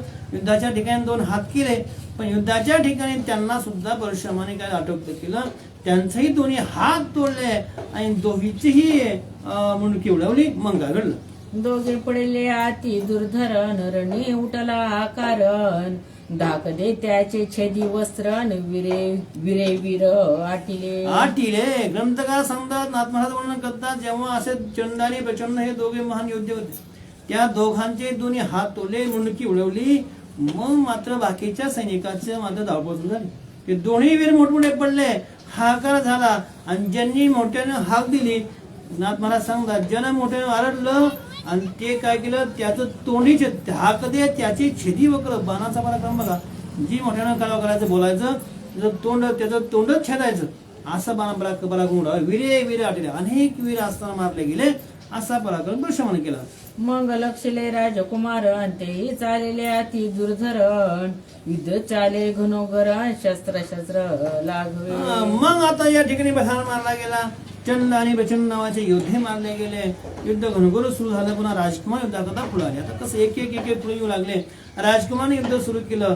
त्यांनी अतिशय त्यांचा जो पराक्रम आहे, आपलं जे लाघव आहे, आजपर्यंत जे तुम्हाला जी शक्ती निर्माण धारण केल्या होत्या, सगळ्या शक्तीचा वापर केला. युद्ध केलं. काही का तेही टिकले. गुरांदर अशा प्रकारचं युद्ध परशुरामाशी आणि त्या राजाच्या मुलांना केलं. काय घडलं म्हणतात? बर्णिवाणा ते तोडीतन शस्त्राचे झोडीतन शस्त्राचे मोडीतन मग उडीत निर्धार निर्वाण शस्त्रे बाणे बाणा ते तोडीत. बाणाने बाणा तोडावा, शस्त्राने शस्त्राचा घात करावा, अस्त्रानं अस्त्राशी भिडावं असणारं अशा निर्वाण शस्त्रामध्ये हातामध्ये घ्यावी. अशा प्रकारचं घनघोर युद्ध परशुराम आणि राजपुत्र यांच्यामध्ये सुरू झालं. रामेचे दिले त्याचे रतन सारथी मारेले शतानुशतन वारो मारून यातेतन आगे विरत रणी केले. परशुरामानं काय केलं? युद्धाच्या ठिकाणी एवढ्या प्रकारे युद्ध लागव सुरू होतं. मुलंही पराक्रम करतात, राजपुतही पराक्रम करतात पाहू लागले. युद्ध करता करता परशुरामानं त्यांचे रथ तोडले आले. त्यांचं काय केलं? रथ तोडले.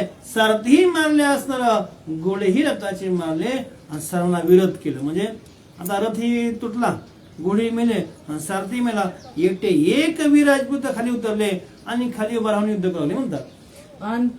अंतकांतकर दचंद्रेन निशेष छेदिली त्याची शस्त्रेन सेवेची निवटिली श्रेन गिरुदिर प्रवाहे. अंतकांतक अशा प्रकारचा असणारा परशुराम खेळलेला आहे. अंतकाचाही अंताचा अंतका असणं करणारा अंतकातक अर्धचंद्र अशा प्रकारचा बाण. आणि त्या बाणानं परशुरामानं काय सर्वांचं असणारं शस्त्र छेदून टाकली आणि लगेच आधी हातातले शस्त्र उडवली आणि त्याच बाणानं प्रत्येक राजपुत्राचं मुंडकं उडवलं असणारं अशा प्रकारे असणारं रक्ताचा पूर वाहू लागला. असे राजपुत्र परशुरामानं मारले म्हणतात. राजपुत्र पडिला चितीन पडिल्या वीराच्या पाथीन रामेरणी लावली ख्यातीन केली शांती सर्वांची. जेव्हा राजपुत्र युद्धामध्ये पडले गेले, आता पहिलं तर सैन्य वारलं, प्रधान मेला, चंडप्रचंड नावाचे योद्धे मेले, राजपूत आले, त्यांचाही अंत झाला. राजपूत पडल्यावर मग मात्र ग्रंथकार सांगतात, पडल्या वीरांच्या पंथी. आता राजपूत पडलेलं पाहिलं, मग अनेक वीर युद्धाच्या ठिकाणी मिळू लागले. अशी ख्याती परशुरामानं केली, सगळ्याची शांती केली. जे आले ना सगळे शांत केले. मग काय घडलं? रणांगणा जय जय आले ते विशेष निर्धारिले बोंब सांगावया नाही उरले रामे केले. नीक क्षत्रिय रामाचा पणच आहे परशुरामाचा. नीक क्षत्रिय पृथ्वी करणार. नाथ महाराज सांगतात, युद्धाच्या ठिकाणी ज्यांनी युद्धाची भावना धरली, युद्धाकरता जे जे आले त्या सर्वांचा निषेध घात केला. सांगाय नाही कुणी उरलं गावात जाऊन की राजा असं झालंय, हे सांगाय नाही कुणी उरलं. अमाप सैन्यात सगळे सैन्याचा सागर परशुरामानं आटवला म्हणतात. अश्व गजरत पदादीन तीरती महारथीन जे जे आले जाप्रतीन त्याची समूळ शांती भार्गवे. युद्धाच्या ठिकाणी अश्व, घोडे, हत्ती, रथ, पायदळ सैन्य, अतिरथी महारथी जे जे युद्धाचं आवाहन करून आले होते त्या युद्धाच्या ठिकाणी कुणी सुद्धा परत नाही गेला. सगळ्यांनी शांती केली. जे आले युद्धाचा आवाहन धरून ज्यांना युद्धाच्या भूमीमध्ये प्रवेश केला त्यातला एकही माघारी, हाती नाही गेलं, घोडं माघार नाही, रथ नाही, काही माघार न करता सगळ्याची शांती वर्षावानं केली. ग्रंथकार सांगले प्रधान पडला राजभुवनीन, पुत्र पडले रणांगणीन, राजा शोभला ऐकोनी दलागुनी उठावला. प्रधान आपल्या घरामध्ये पडलेला आहे. राजवाड्यासमोर प्रधानाचं प्रेत पडलं होतं. मुलं युद्धाच्या ठिकाणी मारली गेली. राजाला सर्व वृत्तांत समजला की प्रधान पडलेला आहे. आपल्या मुलांचा घात झाला. राजा अत्यंत रागाला गेला असताना आणि युद्धाकरता तयार झाला. आता शेवटी आपलीच पळ आहे म्हणले. सगळे संपले असताना मुलंही गेली, प्रधान गेले, मोठमोठे सैनिक मारले गेले. राजाला अतिशय क्रोध आला. राजा स्वतः युद्धाला निघाला म्हणतात. सैन्य निमाले समस्त नवरले पार्षद 500 राजा एकाएकी तन बैसला त्वरित रथावरी. सर्व सैन्याचा नाश झाला होता. सैन्य सगळं संपलं होतं. फक्त 500 सैनिक सेवक उरले होते. त्यांना बरोबर घेतलं. राजा सहज अर्जुन युद्धाकरता निघाला. युद्धार्थी एकाएकी आता काही फक्त 500 सैन्य उरलेलं आहे. बाकी सर्व सैन्याचा सहन झाला. राजपूत संपले गेले. मोठमोठे प्रचंड वीर रथी महारथी सर्वांचा घात झाला. काही उरलेलं सैन्य 500 सैन्य घेतलं. राजा स्वतः युद्धाला निघाला म्हणतात. राजा मने करे विचार निम्या गाई ब्राह्मणा लाविले शस्त्र ते नेहमी झालो अपयश पात्र आता करावे छत्रधर्मी. राजाचा निश्चय बघा. राजा काय म्हणजे माणसाला कोण येतं शेवटच्या प्रसंगी. राजा म्हणतो माझ्या हातून मोठ्या प्रकारचं पाप झालं. काय पाप झालं असताना गायी ब्राह्मण यांच्यावरती मी शस्त्र उचललं आणि त्याचाच अर्थ मी आता अपेक्षी होणार. पण आता मी चाललो युद्धाला. मला माहिती आहे मी माघार येत नाही, जगत नाही, पण क्षत्रिय धर्म सांगतो युद्धाला पाठ दाखवू नये, मला युद्ध करावं, मी मरणार आहे. राजा म्हणतो मला आता यामध्ये यश नाही, मी नक्की अपेक्षी ठरणार. का ठरणार अपेक्षी तर मी असा दोष केलाय, ब्राह्मणाची हत्या, स्त्रीची हत्या, गायीची हत्या, ह्या सगळ्या पापांना माझ्या सर्वस्वाचा नाश होणार. मी सम नाही, पण माझा क्षत्रिय धर्म मला सांगतो युद्ध कर. शेवटी धर्म तो सांगतो, धर्म माता अतिशय महत्त्वाचा असतो.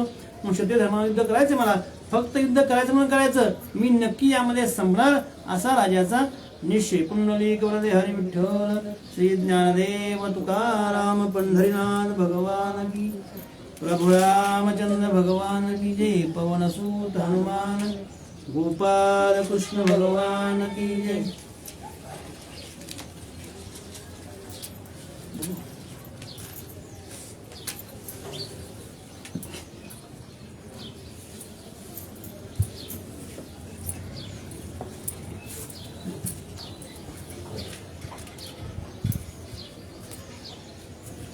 ग्रंथ आरती काय करू आरती ग्रंथ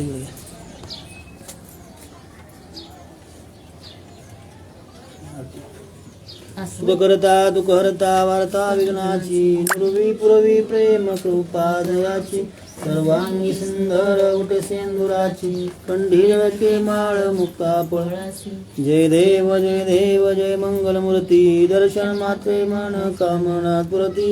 जय देव रत्न घटित भरा तुझ गौरी कुमरा, चंदनाची ओटी कुमकुम केशरा, हिरे दलित मुकुट शोभे तो बरा, सुनते नो पुरे चरणी हागर्या. जय देव जय देव जय मंगलमूर्ती, दर्शन मात्रे मन सर्वे मात्रे मन कामना पुरती. जय देव जय देव लंबोदर पीतांबर मणिवर वंदना, सरळ सुंड वक्रतुंड नैना, दास रामाचा वटबाहे सदना, संकष्टी पावावे निर्वाणी रक्षावे सुरवन गजवदना. जय देव जय देव जय मंगलमूर्ती, दर्शन मात्रे मन कामना मन कामना स्मृती. जय देव जय देव. अजपाळ सुत राजा दशरथ, सूर्यवंशी जन्म झाला रघुनाथ, मर्दोनी ताटिका याग रक्षित, उद्धरवणी गौतम झाला चाप भंगित. जय देव जय देव जय जय श्रीरामा, सीता वल्लभ स्वामी द्यावे मज प्रेमा. जय देव जय देव. वरवणिया सीता अयोध्येशी आले, ऐकुनी पितवचन वनवासा गेले, पंचोटी रावलाले सीते शरले, सुग्रीवने नंदन मित्र जोडिले. जय देव जय देव जय जय श्रीरामा, सीता वल्लभ स्वामी द्यावे मज प्रेमा. जय देव.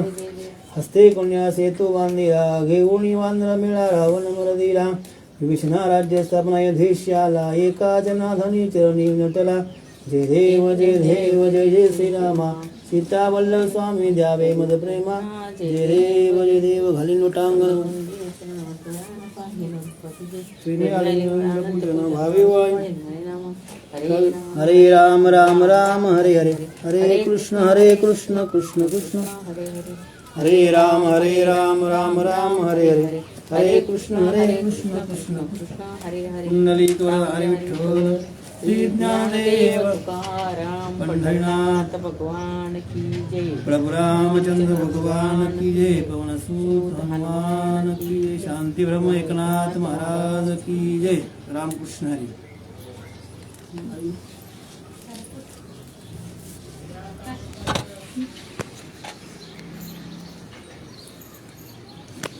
बोलवा बिला अभिला कौन